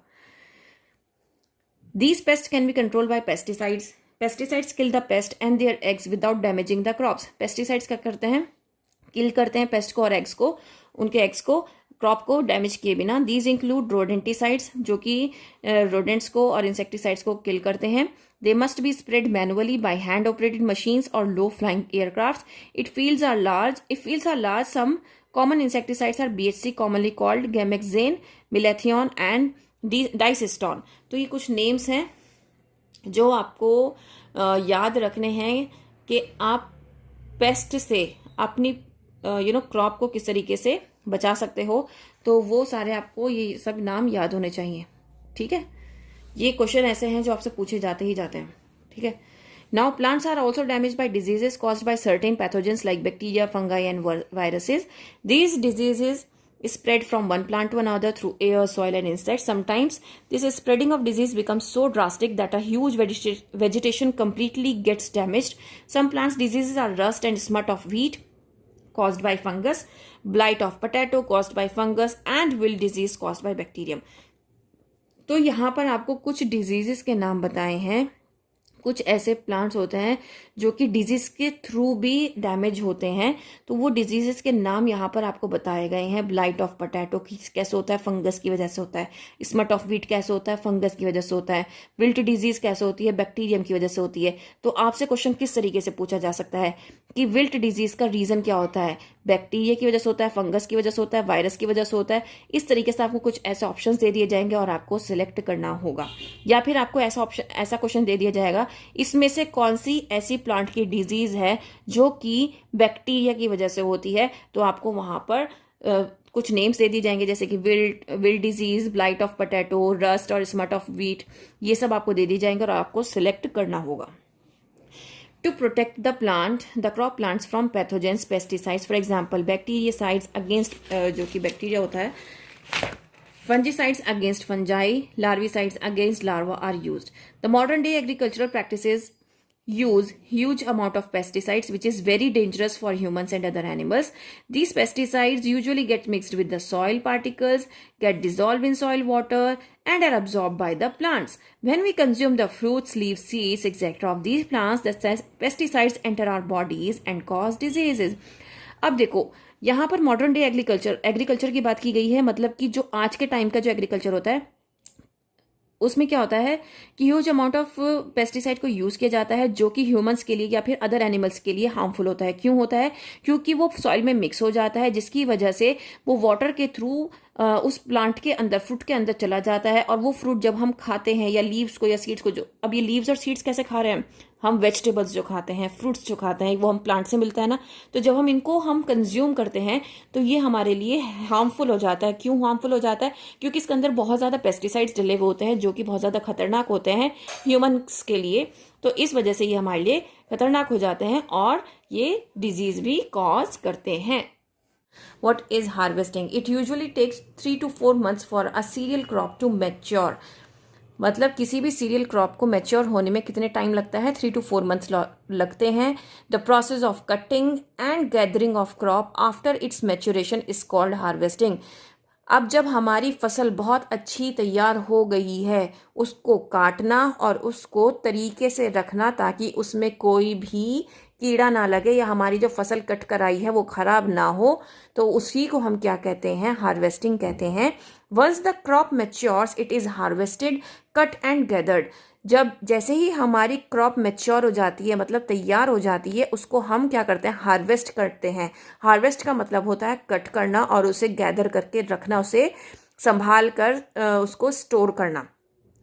इन harvesting crops are pulled out और कट क्लोज द ग्राउंड। या तो हम हार्वेस्टिंग में ज़मीन से उसको खींच सकते हैं जो हमारी क्रॉप है, या फिर हम ग्राउंड से टच करके उसको कट कर सकते हैं। तो ये क्या हो गया? आपका हार्वेस्टिंग होता है।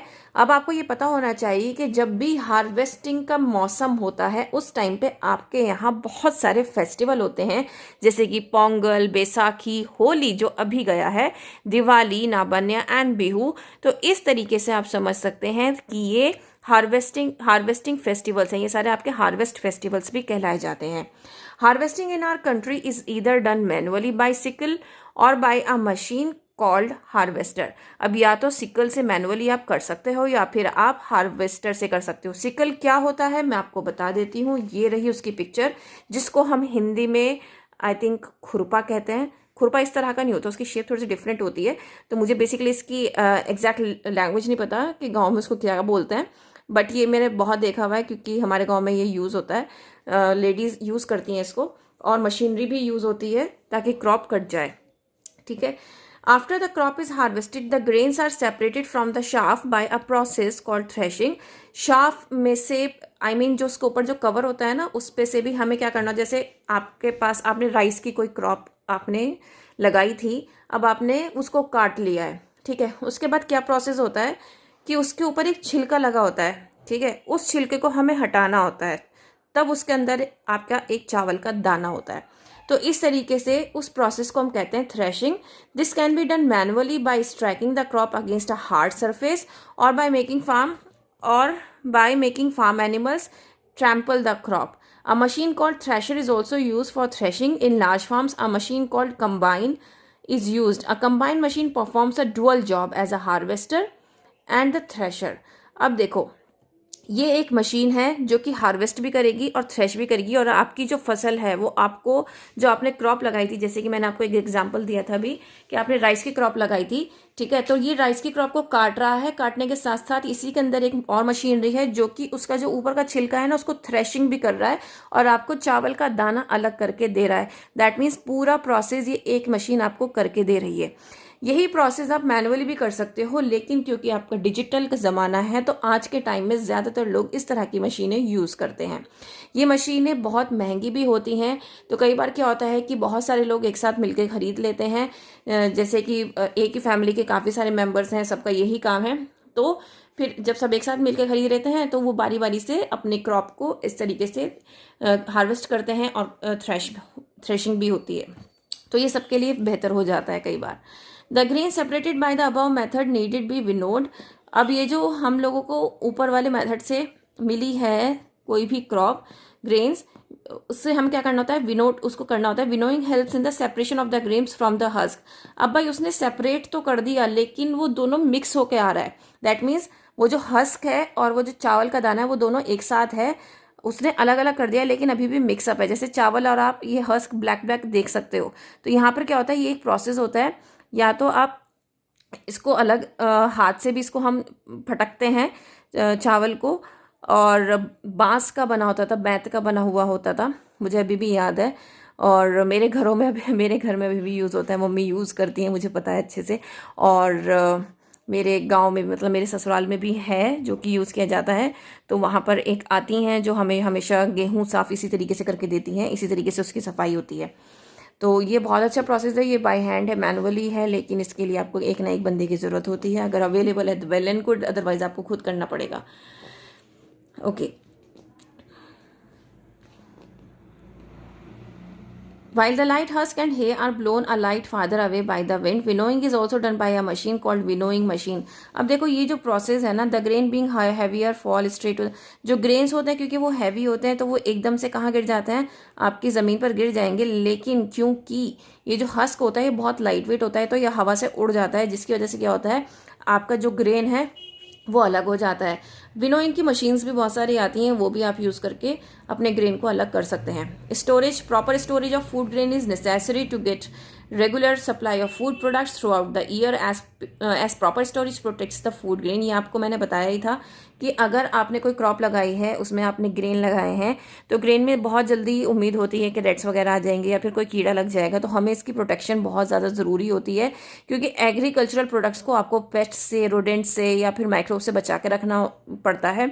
अगर आपने इसका प्रॉपर स्टोरेज नहीं किया तो 10% से ज़्यादा जो क्रॉप है आपकी ख़राब हो जाएगी, और I mean most of the crop आपकी ख़राब हो जाएगी, जिससे की वजह से यही कहा जाता है कि इंडिया की जो 10% से ज़्यादा क्रॉप है वो सिर्फ और सिर्फ इम्प्रॉपर स्टोरेज की वजह से ख़राब होती है। मतलब हर साल इंडिया में बहुत सारे फार्मर्स जो हैं सिर्फ प्रॉपर स्टोरेज ना होने की वजह से नुकसान उठाते हैं। ठीक है, now next we have the harvested crop grains have more moisture content, so before storing them the grains are properly dried in the sun. अब हमने जो क्रॉप हमने हार्वेस्ट की है उसमें थोड़ा सा पानी का कंटेंट होता है, क्योंकि भाई वो खुले में है, आसमान के नीचे है, तो बारिश धूप सब कुछ होता है। तो जब हमने उसको हार्वेस्ट कर लिया है उसके बाद हमें उस ग्रेन को धूप में सुखाना होता है, उसका मॉइस्चर पूरा निकालना होता है, और जब वो अच्छे से सूख जाते हैं उसके बाद ही हमें उसको स्टोर करना होता है। अगर उसमें थोड़ी सी भी नमी होगी और हमने उसको स्टोर कर लिया तो ज़्यादा उम्मीद है कि उसमें कीड़ा लग जाएगा। वैसे तो बहुत सारी मशीन्स भी आती हैं जिसकी वजह से आप क्या कर सकते हैं, उसको ड्राई कर सकते हो। Dry fruit grains are then stored in suitable storage containers. फिर वो सुटेबल स्टोरेज कंटेनर्स में होते हैं, ज़्यादातर इस तरीके के सिलेंड्रिकल कंटेनर्स आपने गांव में रखे हुए देखे होंगे, मेरे ससुराल में भी हैं, मेरे नानी के घर में भी हैं, मेरे घर में भी हैं, तो बहुत सारे ये रखे रहते हैं। ठीक है, on a small scale farmers store grains in jute bags और मेटालिक बिन्स, या तो जूट बैग्स में या फिर मेटालिक बिन्स में रखे जाते हैं। ये जूट बैग्स हैं तो इसमें भी ज़्यादातर कोशिश ये रहती है कि इसमें भी ना रखें, क्योंकि ना इसमें ना ज़्यादातर रैट्स घुस जाते हैं, जिसकी वजह से आपकी जो ग्रेन्स है ना वो खा जाते हैं। On a commercial large scale में food grains are stored in gunny bags in granaries और इन सिलोज। तो गनी बैग्स में लार्ज स्केल पे हमेशा गनी बैग्स में स्टोर किए जाते हैं।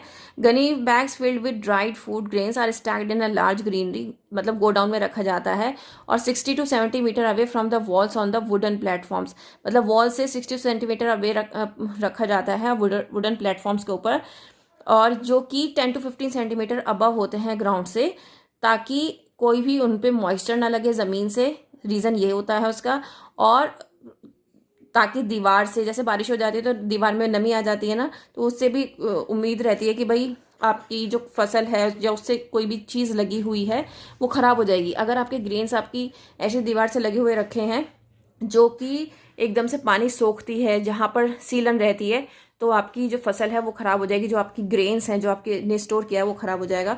तो इसीलिए ये वाला जो फार्मूला है ना अपनाया जाता है कि 60 से 70 सेंटीमीटर की दूरी रखी जाती है, और ज़मीन से भी उसको 10 से 15 सेंटीमीटर की ऊंचाई पे रखा जाता है, ताकि किसी भी तरीके से उसके तक कोई भी नमी ना पहुँचे।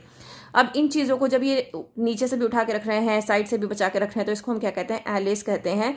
ठीक है, एलेस प्रोवाइड किए जाते हैं, मतलब आपने एक स्टैक लगा लिया, उसके बाद फिर एलेस प्रोवाइड किए जाते हैं, फिर दूसरा स्टैक लगाया जाता है, ताकि इसके अंदर एक स्पेस बनी रहे और प्रॉपर एयरिंग हो सके। और उसके बाद इनको रेगुलरली इंस्पेक्ट किया जाता है कि भाई इनमें कोई कीड़ा लगा तो नहीं है, स्प्रे किया जाता है, फ्यूमिगेशन की जाती है, और इसको प्रॉपर ट्रीटमेंट दिया जाता है, पेस्ट से, माइक्रो ऑर्गेनिज्म से इनको बचा के रखा जाता है। ठीक है। The silos are big and tall cylindrical structures. They store different stocks of food items at different levels. Each level has an opening through which grains can be taken out when required. आपको पता होगा कि जब ये इतने बड़े बड़े, ये बहुत बड़े बड़े होते हैं, ठीक है, तो इसका मतलब ये नहीं है कि सिर्फ हम इनके ना ऊपर जो लिड्स होती है ना, इन लिड से हम इसमें ग्रेन्स डालते हैं। ठीक है, एक इंसान खड़ा होकर ग्रेन्स डालता है और जब ये फुल हो जाता है उसको बंद कर देता है। अब आप ये सोच रहे होंगे, अब जब हमें इसकी ज़रूरत होगी, हमें इसमें से, अगर मैंने ये मेरे घर में रखा हुआ है, ठीक है, और मुझे अब यहाँ पे गेहूं की ज़रूरत है, सपोज करो इसमें गेहूं भरा है मैंने, अब मुझे गेहूं की ज़रूरत है, तो मैं क्या इसको ऊपर चढ़ूंगी, इसका ढक्कन खोलूंगी और इसमें से निकालूंगी? नो, यहाँ पर एक छोटा सा दरवाज़ा बना होता है, बहुत छोटा सा, और उसमें ना क्या कहते हैं, यहाँ पे एक लॉक लगा हुआ होता है। तो हमें जब भी जितनी भी हमें ग्रेन की ज़रूरत होती है ना, हम उसको दरवाजे को खोलते हैं, लॉक को खोलते हैं, और यहाँ पर अपना एक बर्तन रखते हैं, और जितनी ज़रूरत होती है उतना निकाल के इसको बंद कर देते हैं। तो ये एक प्रोसेस होता है जो कि हम घरों में यूज़ करते हैं, वो मैं आपको बता रही हूँ। ठीक है, to ensure the availability of food grains throughout the year and every place in the country and to meet the emergency requirement, the government has built a huge reserve stock of food grains. These stock of food grains is called the buffer stock. अब एक buffer stock क्या होता है? Buffer stock का मतलब है कि भाई किसी भी कंट्री में खाने की कोई कमी ना हो, किसी भी ग्रेन की कोई कमी ना हो, तो उसके लिए गवर्नमेंट ने क्या किया है कि भाई उन्होंने हर जगह पे स्टॉक को मतलब ह्यूज स्टॉक को रिजर्व करने की एक वो लगाई है, करा है कि भाई आप यहाँ पर स्टॉक को रख सकते हो, तो उसको कहा गया है बफर स्टॉक। ठीक है, buffer stock also maintains the price line of food grains in the open market. अब ओपन मार्केट में फूड ग्रेन की क्या प्राइस है वो उसको सेट करता है। Increase in crop yield, the population of our country is increasing very rapidly. अब हमारी जो इंडिया की पॉपुलेशन है वो रेगुलरली बढ़ रही है, जिसकी वजह से फूड की रिक्वायरमेंट भी ज़्यादा हो रही है, तो इसीलिए फूड की जो प्रोडक्शन है वो भी इंक्रीज़ करनी पड़ेगी। ठीक है, ताकि इंक्रीज प्रोडक्शन होगा तो जिसकी वजह से फूड भी मतलब फूड ज़्यादा बनेगा, जिसकी वजह से हम सभी लोगों को खाना प्रॉपर मिल पाएगा। इसी वजह से क्या हुआ है कि भाई हमें पता है पॉपुलेशन इतनी बढ़ रही है, फूड की कमी ना हो, तो प्रोडक्शन भी ज़्यादा की जा रही है। उसके लिए क्या है कि इसीलिए हम बहुत सारी डिस्कवरीज हो रही है, नई नई टेक्निक्स लेकर आई जा रही है। मैं बार बार वर्ड यूज़ कर रही हूँ डिजिटल डिजिटल डिजिटल। तो ये मैं वर्ड क्यों यूज़ कर रही हूँ? क्योंकि आपने देखा है पहले ट्रैक्टर्स नहीं होते थे, फिर ट्रैक्टर्स है, फिर उसके बाद आपकी जो मशीन्स है थ्रेशिंग की, हार्वेस्टिंग की, वो सब आई, इवन आपके ग्रेन सुखाने की मशीन आई, मतलब बहुत सारी चीज़ें हैं जो एकदम से आई हैं, जो कि आपको हर तरीके से आपकी क्रॉप को ईल्ड करने में मदद करती है। Providing better irrigation facilities, proper use of fertilisers, manure, use of natural methods of replenishing nutrients in soil, using suitable methods of protection from weeds, pests and disease, and use of advanced agricultural implements may improve the crop yield। अगर हम अपनी crop को बहुत अच्छा पानी provide करेंगे, उसको fertiliser provide करेंगे, मैन्योर प्रोवाइड करेंगे, और उसको सारे न्यूट्रिएंट्स देंगे जो कि एक सॉइल को ज़रूरत होती है। ठीक है, और जितने भी मतलब मैंने अगर एक क्रॉप लगाई है उम्मीद है 110% कि उसमें कीड़ा लगने का भी डर है, उसमें आके उसको रेट्स भी खा सकते हैं, बर्ड्स भी खा सकते हैं, तो मुझे उन सब से भी बचा के रखना है, मुझे रेगुलर उसमें पेस्टिसाइड्स डालने होंगे, ठीक है, वीड से बचा के रखना है, डिजीज से बचा के रखना है। तो इसके लिए मैं क्या करूँगी, एडवांस्ड कल्चर जो एडवांस्ड वो है ना टूल्स हैं उनको यूज़ करूँगी और अपने क्रॉप को बचाऊंगी। इस तरीके से क्या होगा कि आपकी जो क्रॉप की यील्डिंग है वो बढ़ेगी, जिसकी वजह से जब आपकी क्रॉप बहुत अच्छी निकलेगी, बहुत अच्छी हार्वेस्ट होगी, तो ऑब्वियसली आप पैसा भी ज़्यादा कमाओगे और ज़्यादा पॉपुलेशन आपका जो क्रॉप है, जो ग्रेन है, वो खा पाएगी। ठीक है।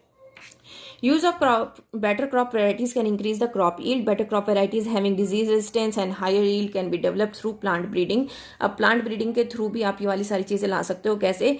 Plant breeding is a technique through which scientists control the reproduction of plants to get the desired offspring. मतलब प्लांट ब्रीडिंग एक ऐसा प्रोसेस है जिसमें आप देख सकते हो कि इसमें कितने बच्चे उसके होंगे। मतलब ब्रीडिंग करना मतलब आप बहुत सारे छोटे छोटे प्लांट्स अपने मन मुताबिक आप बना सकते हैं। ऑफस्प्रिंग मतलब छोटे छोटे प्लांट्स लगाना।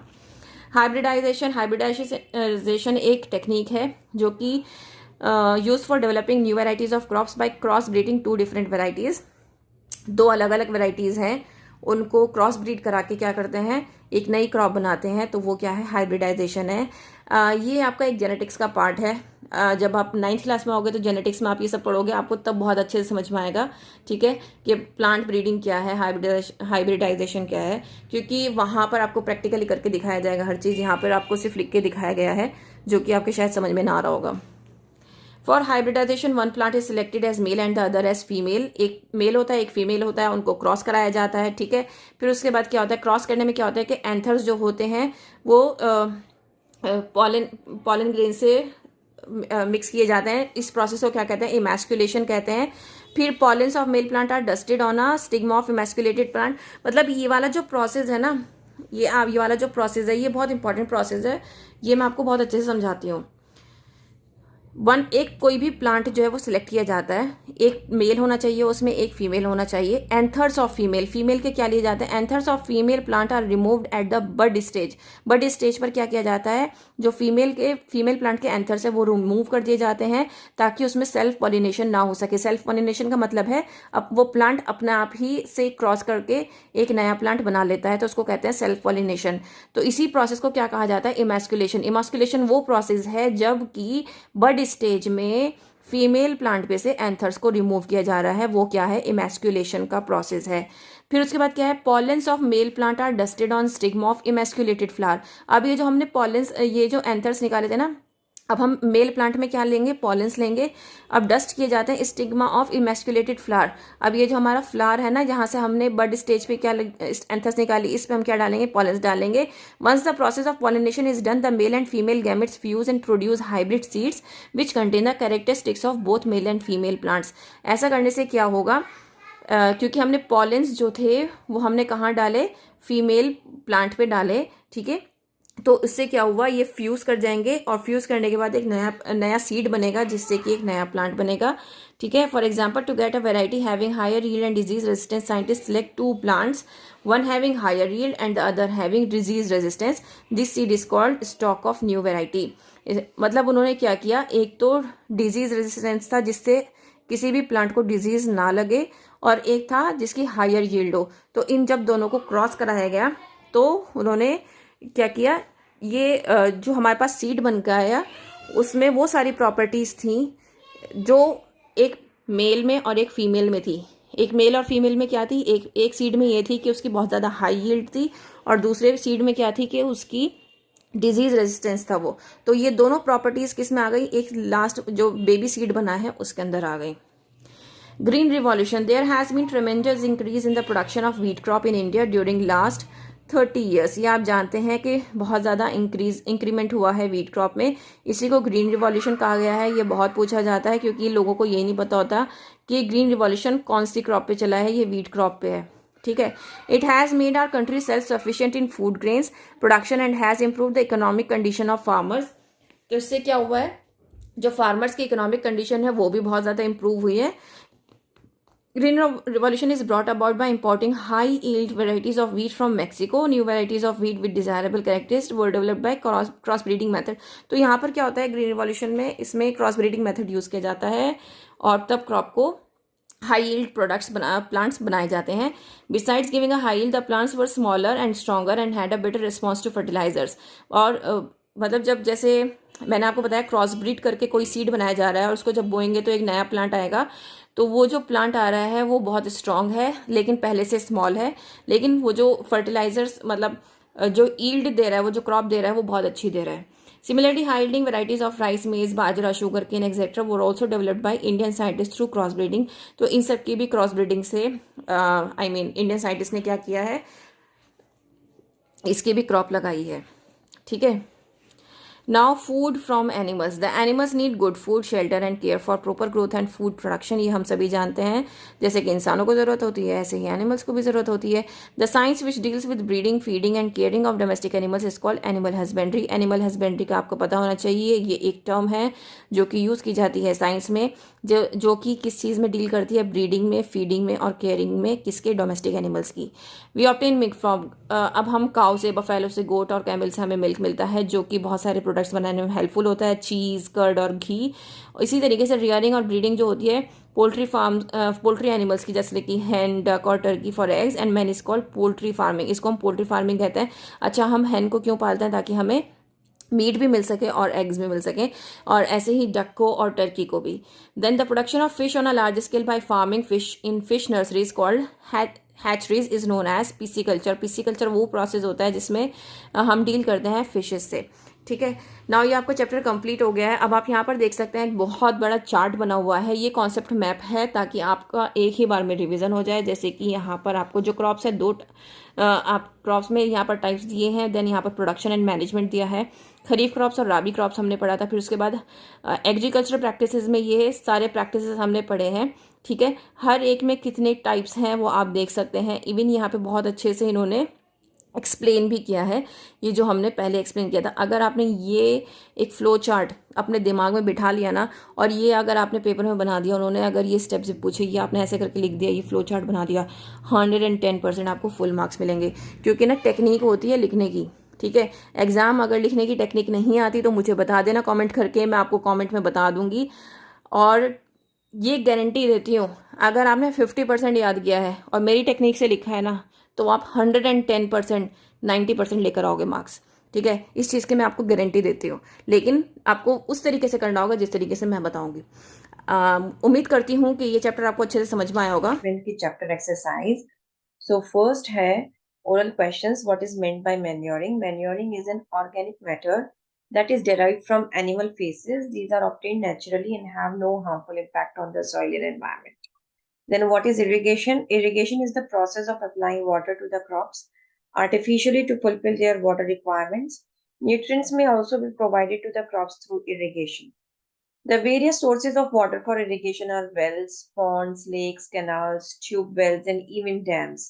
Irrigation offers moisture required for growth and development, germination, and other related functions.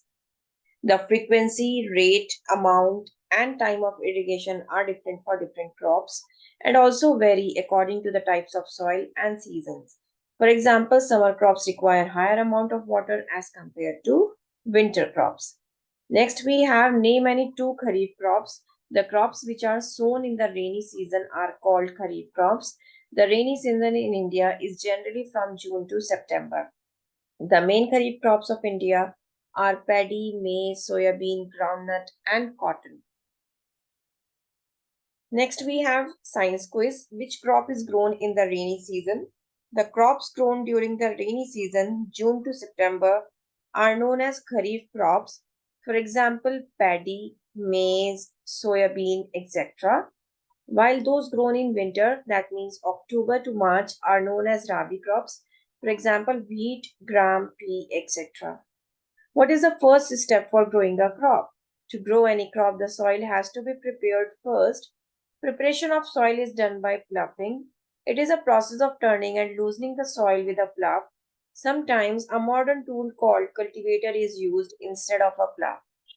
Name the nitrogen fixing bacteria present in root nodules of leguminous plant. This is very important question. Please, my dear students, you have to learn this. Rhizobium is the nitrogen fixing bacteria. Now we have some worksheet over here in which you have to tick the correct answers, right? So what you need to do, what you need to answer first.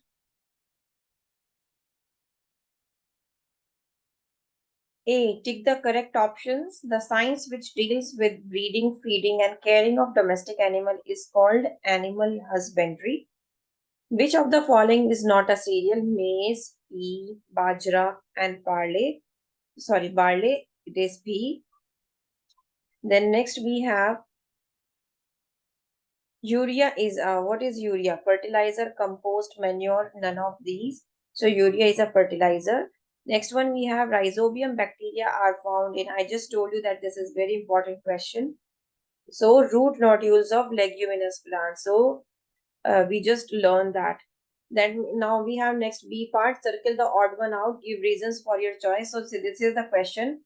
Rice plant, maize plant, wheat plant, and cotton plant. So the odd one out is wheat. Wheat plant is the odd one out. The reason is as wheat is a rabi crop that are sown in the winter season, and all others are kharif crops that are sown in the rainy season. Next, we have ploughing, pesticide, manuring, and leveling. So, pesticide is the odd one out as this is used to kill the pest which harm the crops while others are part of the agricultural practice. Next, we have urea, superphosphate, green manure, and potash. So, green manure is the odd one out as this is the manure while others are the examples of fertilizers. Fill in the blanks. The crops that are sown in the winter season are called rabi crops. The ploughed land is leveled with the help of a leveler. Watering of plants through sources other than rain is called irrigation. Multiple choice question in scientific or practical skills. Now you have to answer over here. So the question is in the crop rotation method, after harvesting wheat crop we can sow. So which crop we can sow? Cotton, rice, pea, mustard. So we can sow mustard. For the uniform distribution of water and manure in a field, a farmer practices ploughing, leveling, manuring, none of these. So for the uniform distribution of water, so what they need? They need ploughing.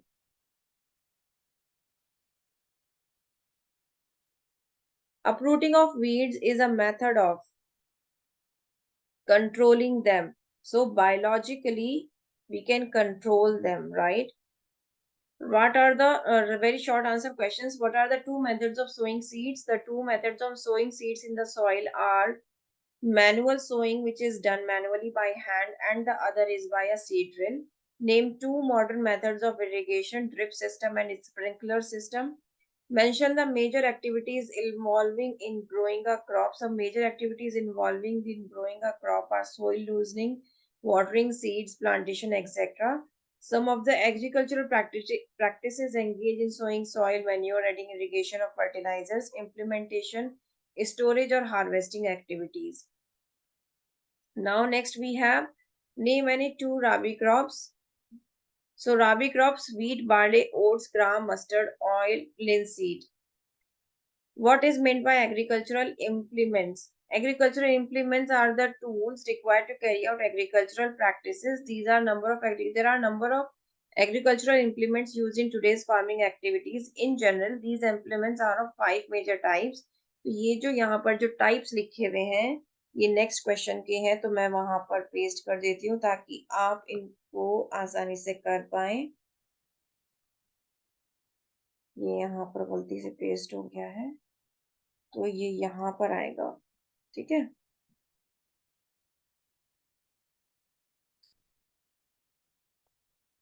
Wait for a second. I need to do a little bit change for here.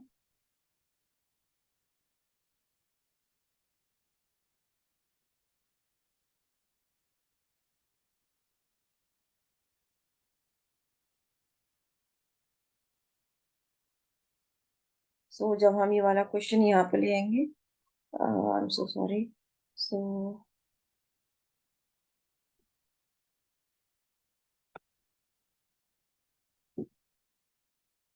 हमारे पास उसकी space आ जाएगी। ये वाला question यहाँ आ जाता है और यहाँ पर हमारे पास इसकी स्पेस आ जाएगी।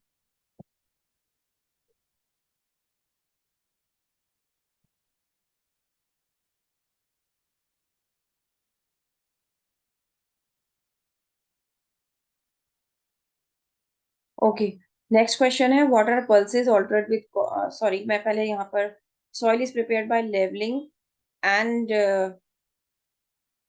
tilling. Seeds are sowed in the prepared soil. Third one is pure manure and fertilizers are added. Then we have crops are protected. Machine based harvesting is done. So यहाँ पर ये वाला क्वेश्चन कंप्लीट हो जाता है। Then आपके पास next question आता है what are pulses alternated with crops like wheat and rice. So यहाँ पर इसका आपको आंसर देना है। So pulses are alternated with crops like wheat and rice.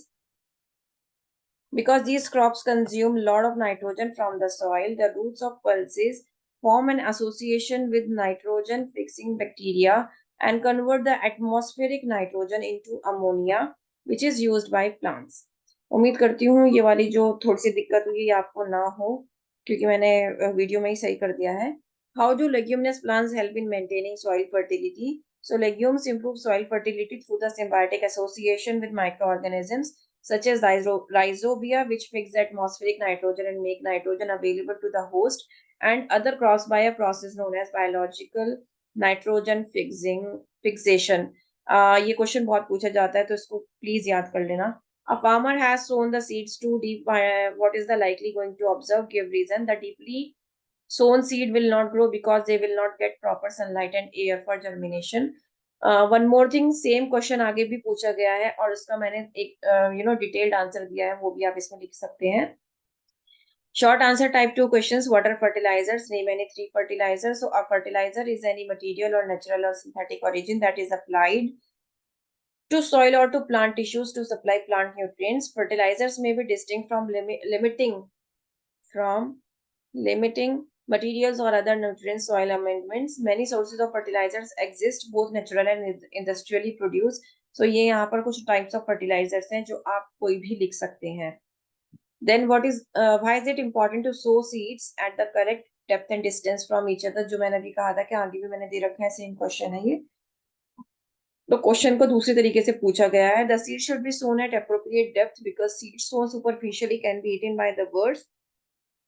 But they should not be sown too deep also. In addition to this, the seeds should not be sown too close as the plants will not get sufficient space to grow and will compete for space, nutrients, and sunlight. Why is the drip system of irrigation of water economical method? Why is irrigation necessary? So drip irrigation of water is economical method because in this irrigation system, water falls drop by drop on the position of roots of the plant, thereby reducing both the consumption and loss of water. Plants contain nearly 90% water. Still, they need water for their survival because of the following reasons.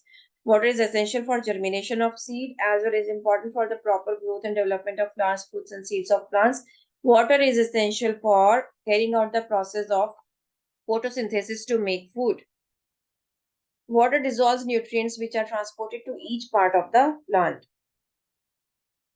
Next, we have what is harvesting? Why do farmers celebrate Vaisakhi? The process of cutting and gathering of crops after its maturation is called harvesting. The sight of golden fields of a standing crop loaded with grains fills the hearts of farmers with joy and sense of prosperity. The farmers sing traditionally songs to express their joy and pleasure for getting the product of their hard work and labor. What do we learn from celebrating festivals? Festivals are an important part of our culture and heritage. They teach us about our traditions, values, and beliefs. Celebrating festivals can help us learn about different culture and religions and can help us appreciate the diversity of our world. Festivals also provide an opportunity for families and friends to come together and celebrate. They can help us build stronger relationships with our loved ones. Why do the crops grown in sandy soil need more frequent irrigation than crops grown in clay soil? As sandy soil is not permeable, it does not have water holding capacity. So whereas clay soil is highly permeable by water holding capacity, so crops grown in sandy soil needs more irrigation than crops grown in the clay soil. Next we have, okay. What is manure? Manure is an organic matter derived from solid animal waste that is used to enhance the consistency of the soil and increase good crop yields.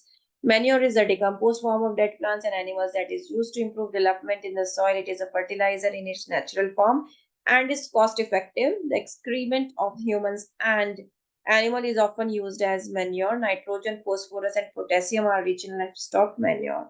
Manure is particularly rich in organic matter and humus, thus improving the fertility of the soil. These are safer and do not cause any emissions. In the long run, it is a resource that is precious and sustainable. What are fertilizers? Advantages and disadvantages of fertilizers. To improve the productivity of plants and boost their growth, a chemical substance is added to soil or plant tissue is known as fertilizers. It can be organic or inorganic, and both can be used for providing basic nutrients to plants. Most fertilizers consist of nitrogen, potassium, phosphorus, and some contain other nutrients like lime, zinc, and magnesium, etc., which are necessary for plant growth. It is beneficial for agricultural production. So यहाँ पर ये line नहीं आएगा, which is wrong. Advantages of fertilizers. Chemical fertilizer is mostly used because it is easily soluble and more soluble and boost the growth of the crop instantly. Organic fertilizers provide basic nutrients of the plant, which are potassium, nitrogen, and phosphorus. Organic fertilizers increase a lot of soil organisms, which help to boost plant growth. Disadvantages of fertilizers. Excessive use of fertilizer cause water pollution. Fertilizers are non-biodegradable, thus also cause soil pollution. To maintain the fertility of the soil, excess use of fertilizer should be avoided and use of manure should be promoted. Next, we have a lot of seeds are there, so you need to like, share, and subscribe the channel. What are weedicides? Weedicides, chemicals that kill weeds, are known as weedicides. Selective weedicides kill certain targets while leaving the desired crop relatively unharmed. Weedicides are chemicals that are sprayed over the fields to get rid of weeds. Weeds are those plants that grow in between the crops and take nutrition from them. These weeds feed on the nutrients provided to the crops and thus reduce the supply of nutrients to the crops, thereby hindering their growth. The growth of these weeds needs to be limited in order to enhance the growth of the plants. Weedicides are chemicals that are sprayed over fields, get rid of weeds. They will not show any effect on crop plants. There are two major categories of herbicides classified by mode of action: contact herbicides and translocated herbicides. For example of weedicides: 2,4-dichlorophenolic acid, naphthalene acetic acid, atrazine, ग्लाइफोस्फेट SL phosphate है यहाँ पर, then metribuzin WP. Then name some weedicides: ethyl ester, neem extract, glyphosate,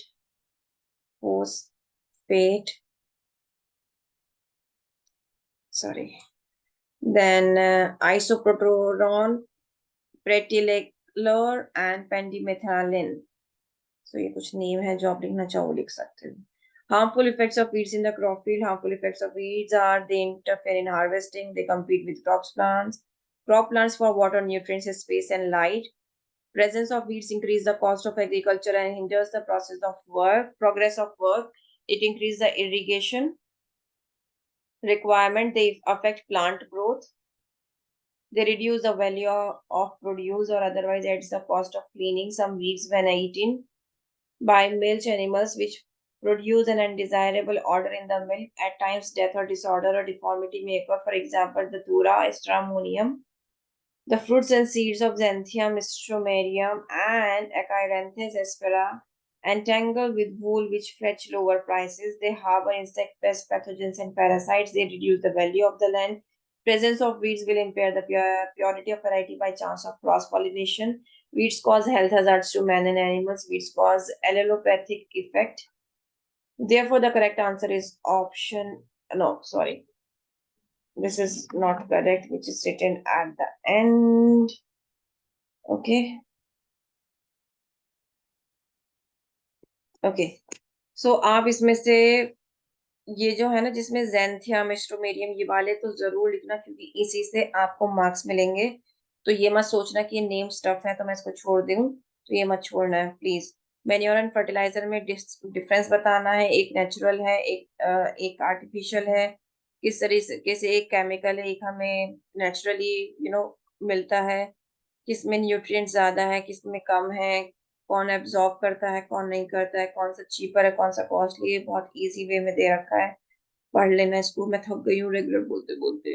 what are advantages of using manure? Advantages of manure ये आप please खुद से देख लेना क्योंकि मैंने इसीलिए पीपीटी बनाई है ताकि आपको कोई भी दिक्कत ना हो। अगर प्लीज़ आपको ये काम मेरा पसंद आ रहा है ना तो लाइक, शेयर, सब्सक्राइब ज़रूर कर देना क्योंकि सीरियसली 21 स्लाइड्स बनाना, लिखना it's not an easy task, बहुत टाइम लगता है, फिर इनको एडिटिंग करनी पड़ती है और आपके सामने भी बात है कि मैंने आपके सामने भी एडिटिंग की है, कुछ ना कुछ गड़बड़ हो जाती है। तो प्लीज़, प्लीज़, प्लीज़ मेरी हेल्प करें, लाइक, शेयर एंड सब्सक्राइब करें और चैनल को मतलब रेगुलरली आप अपने फ्रेंड्स को भेजिए, अपने अपने रिलेटिव्स को भेजिए, please support me. Thank you.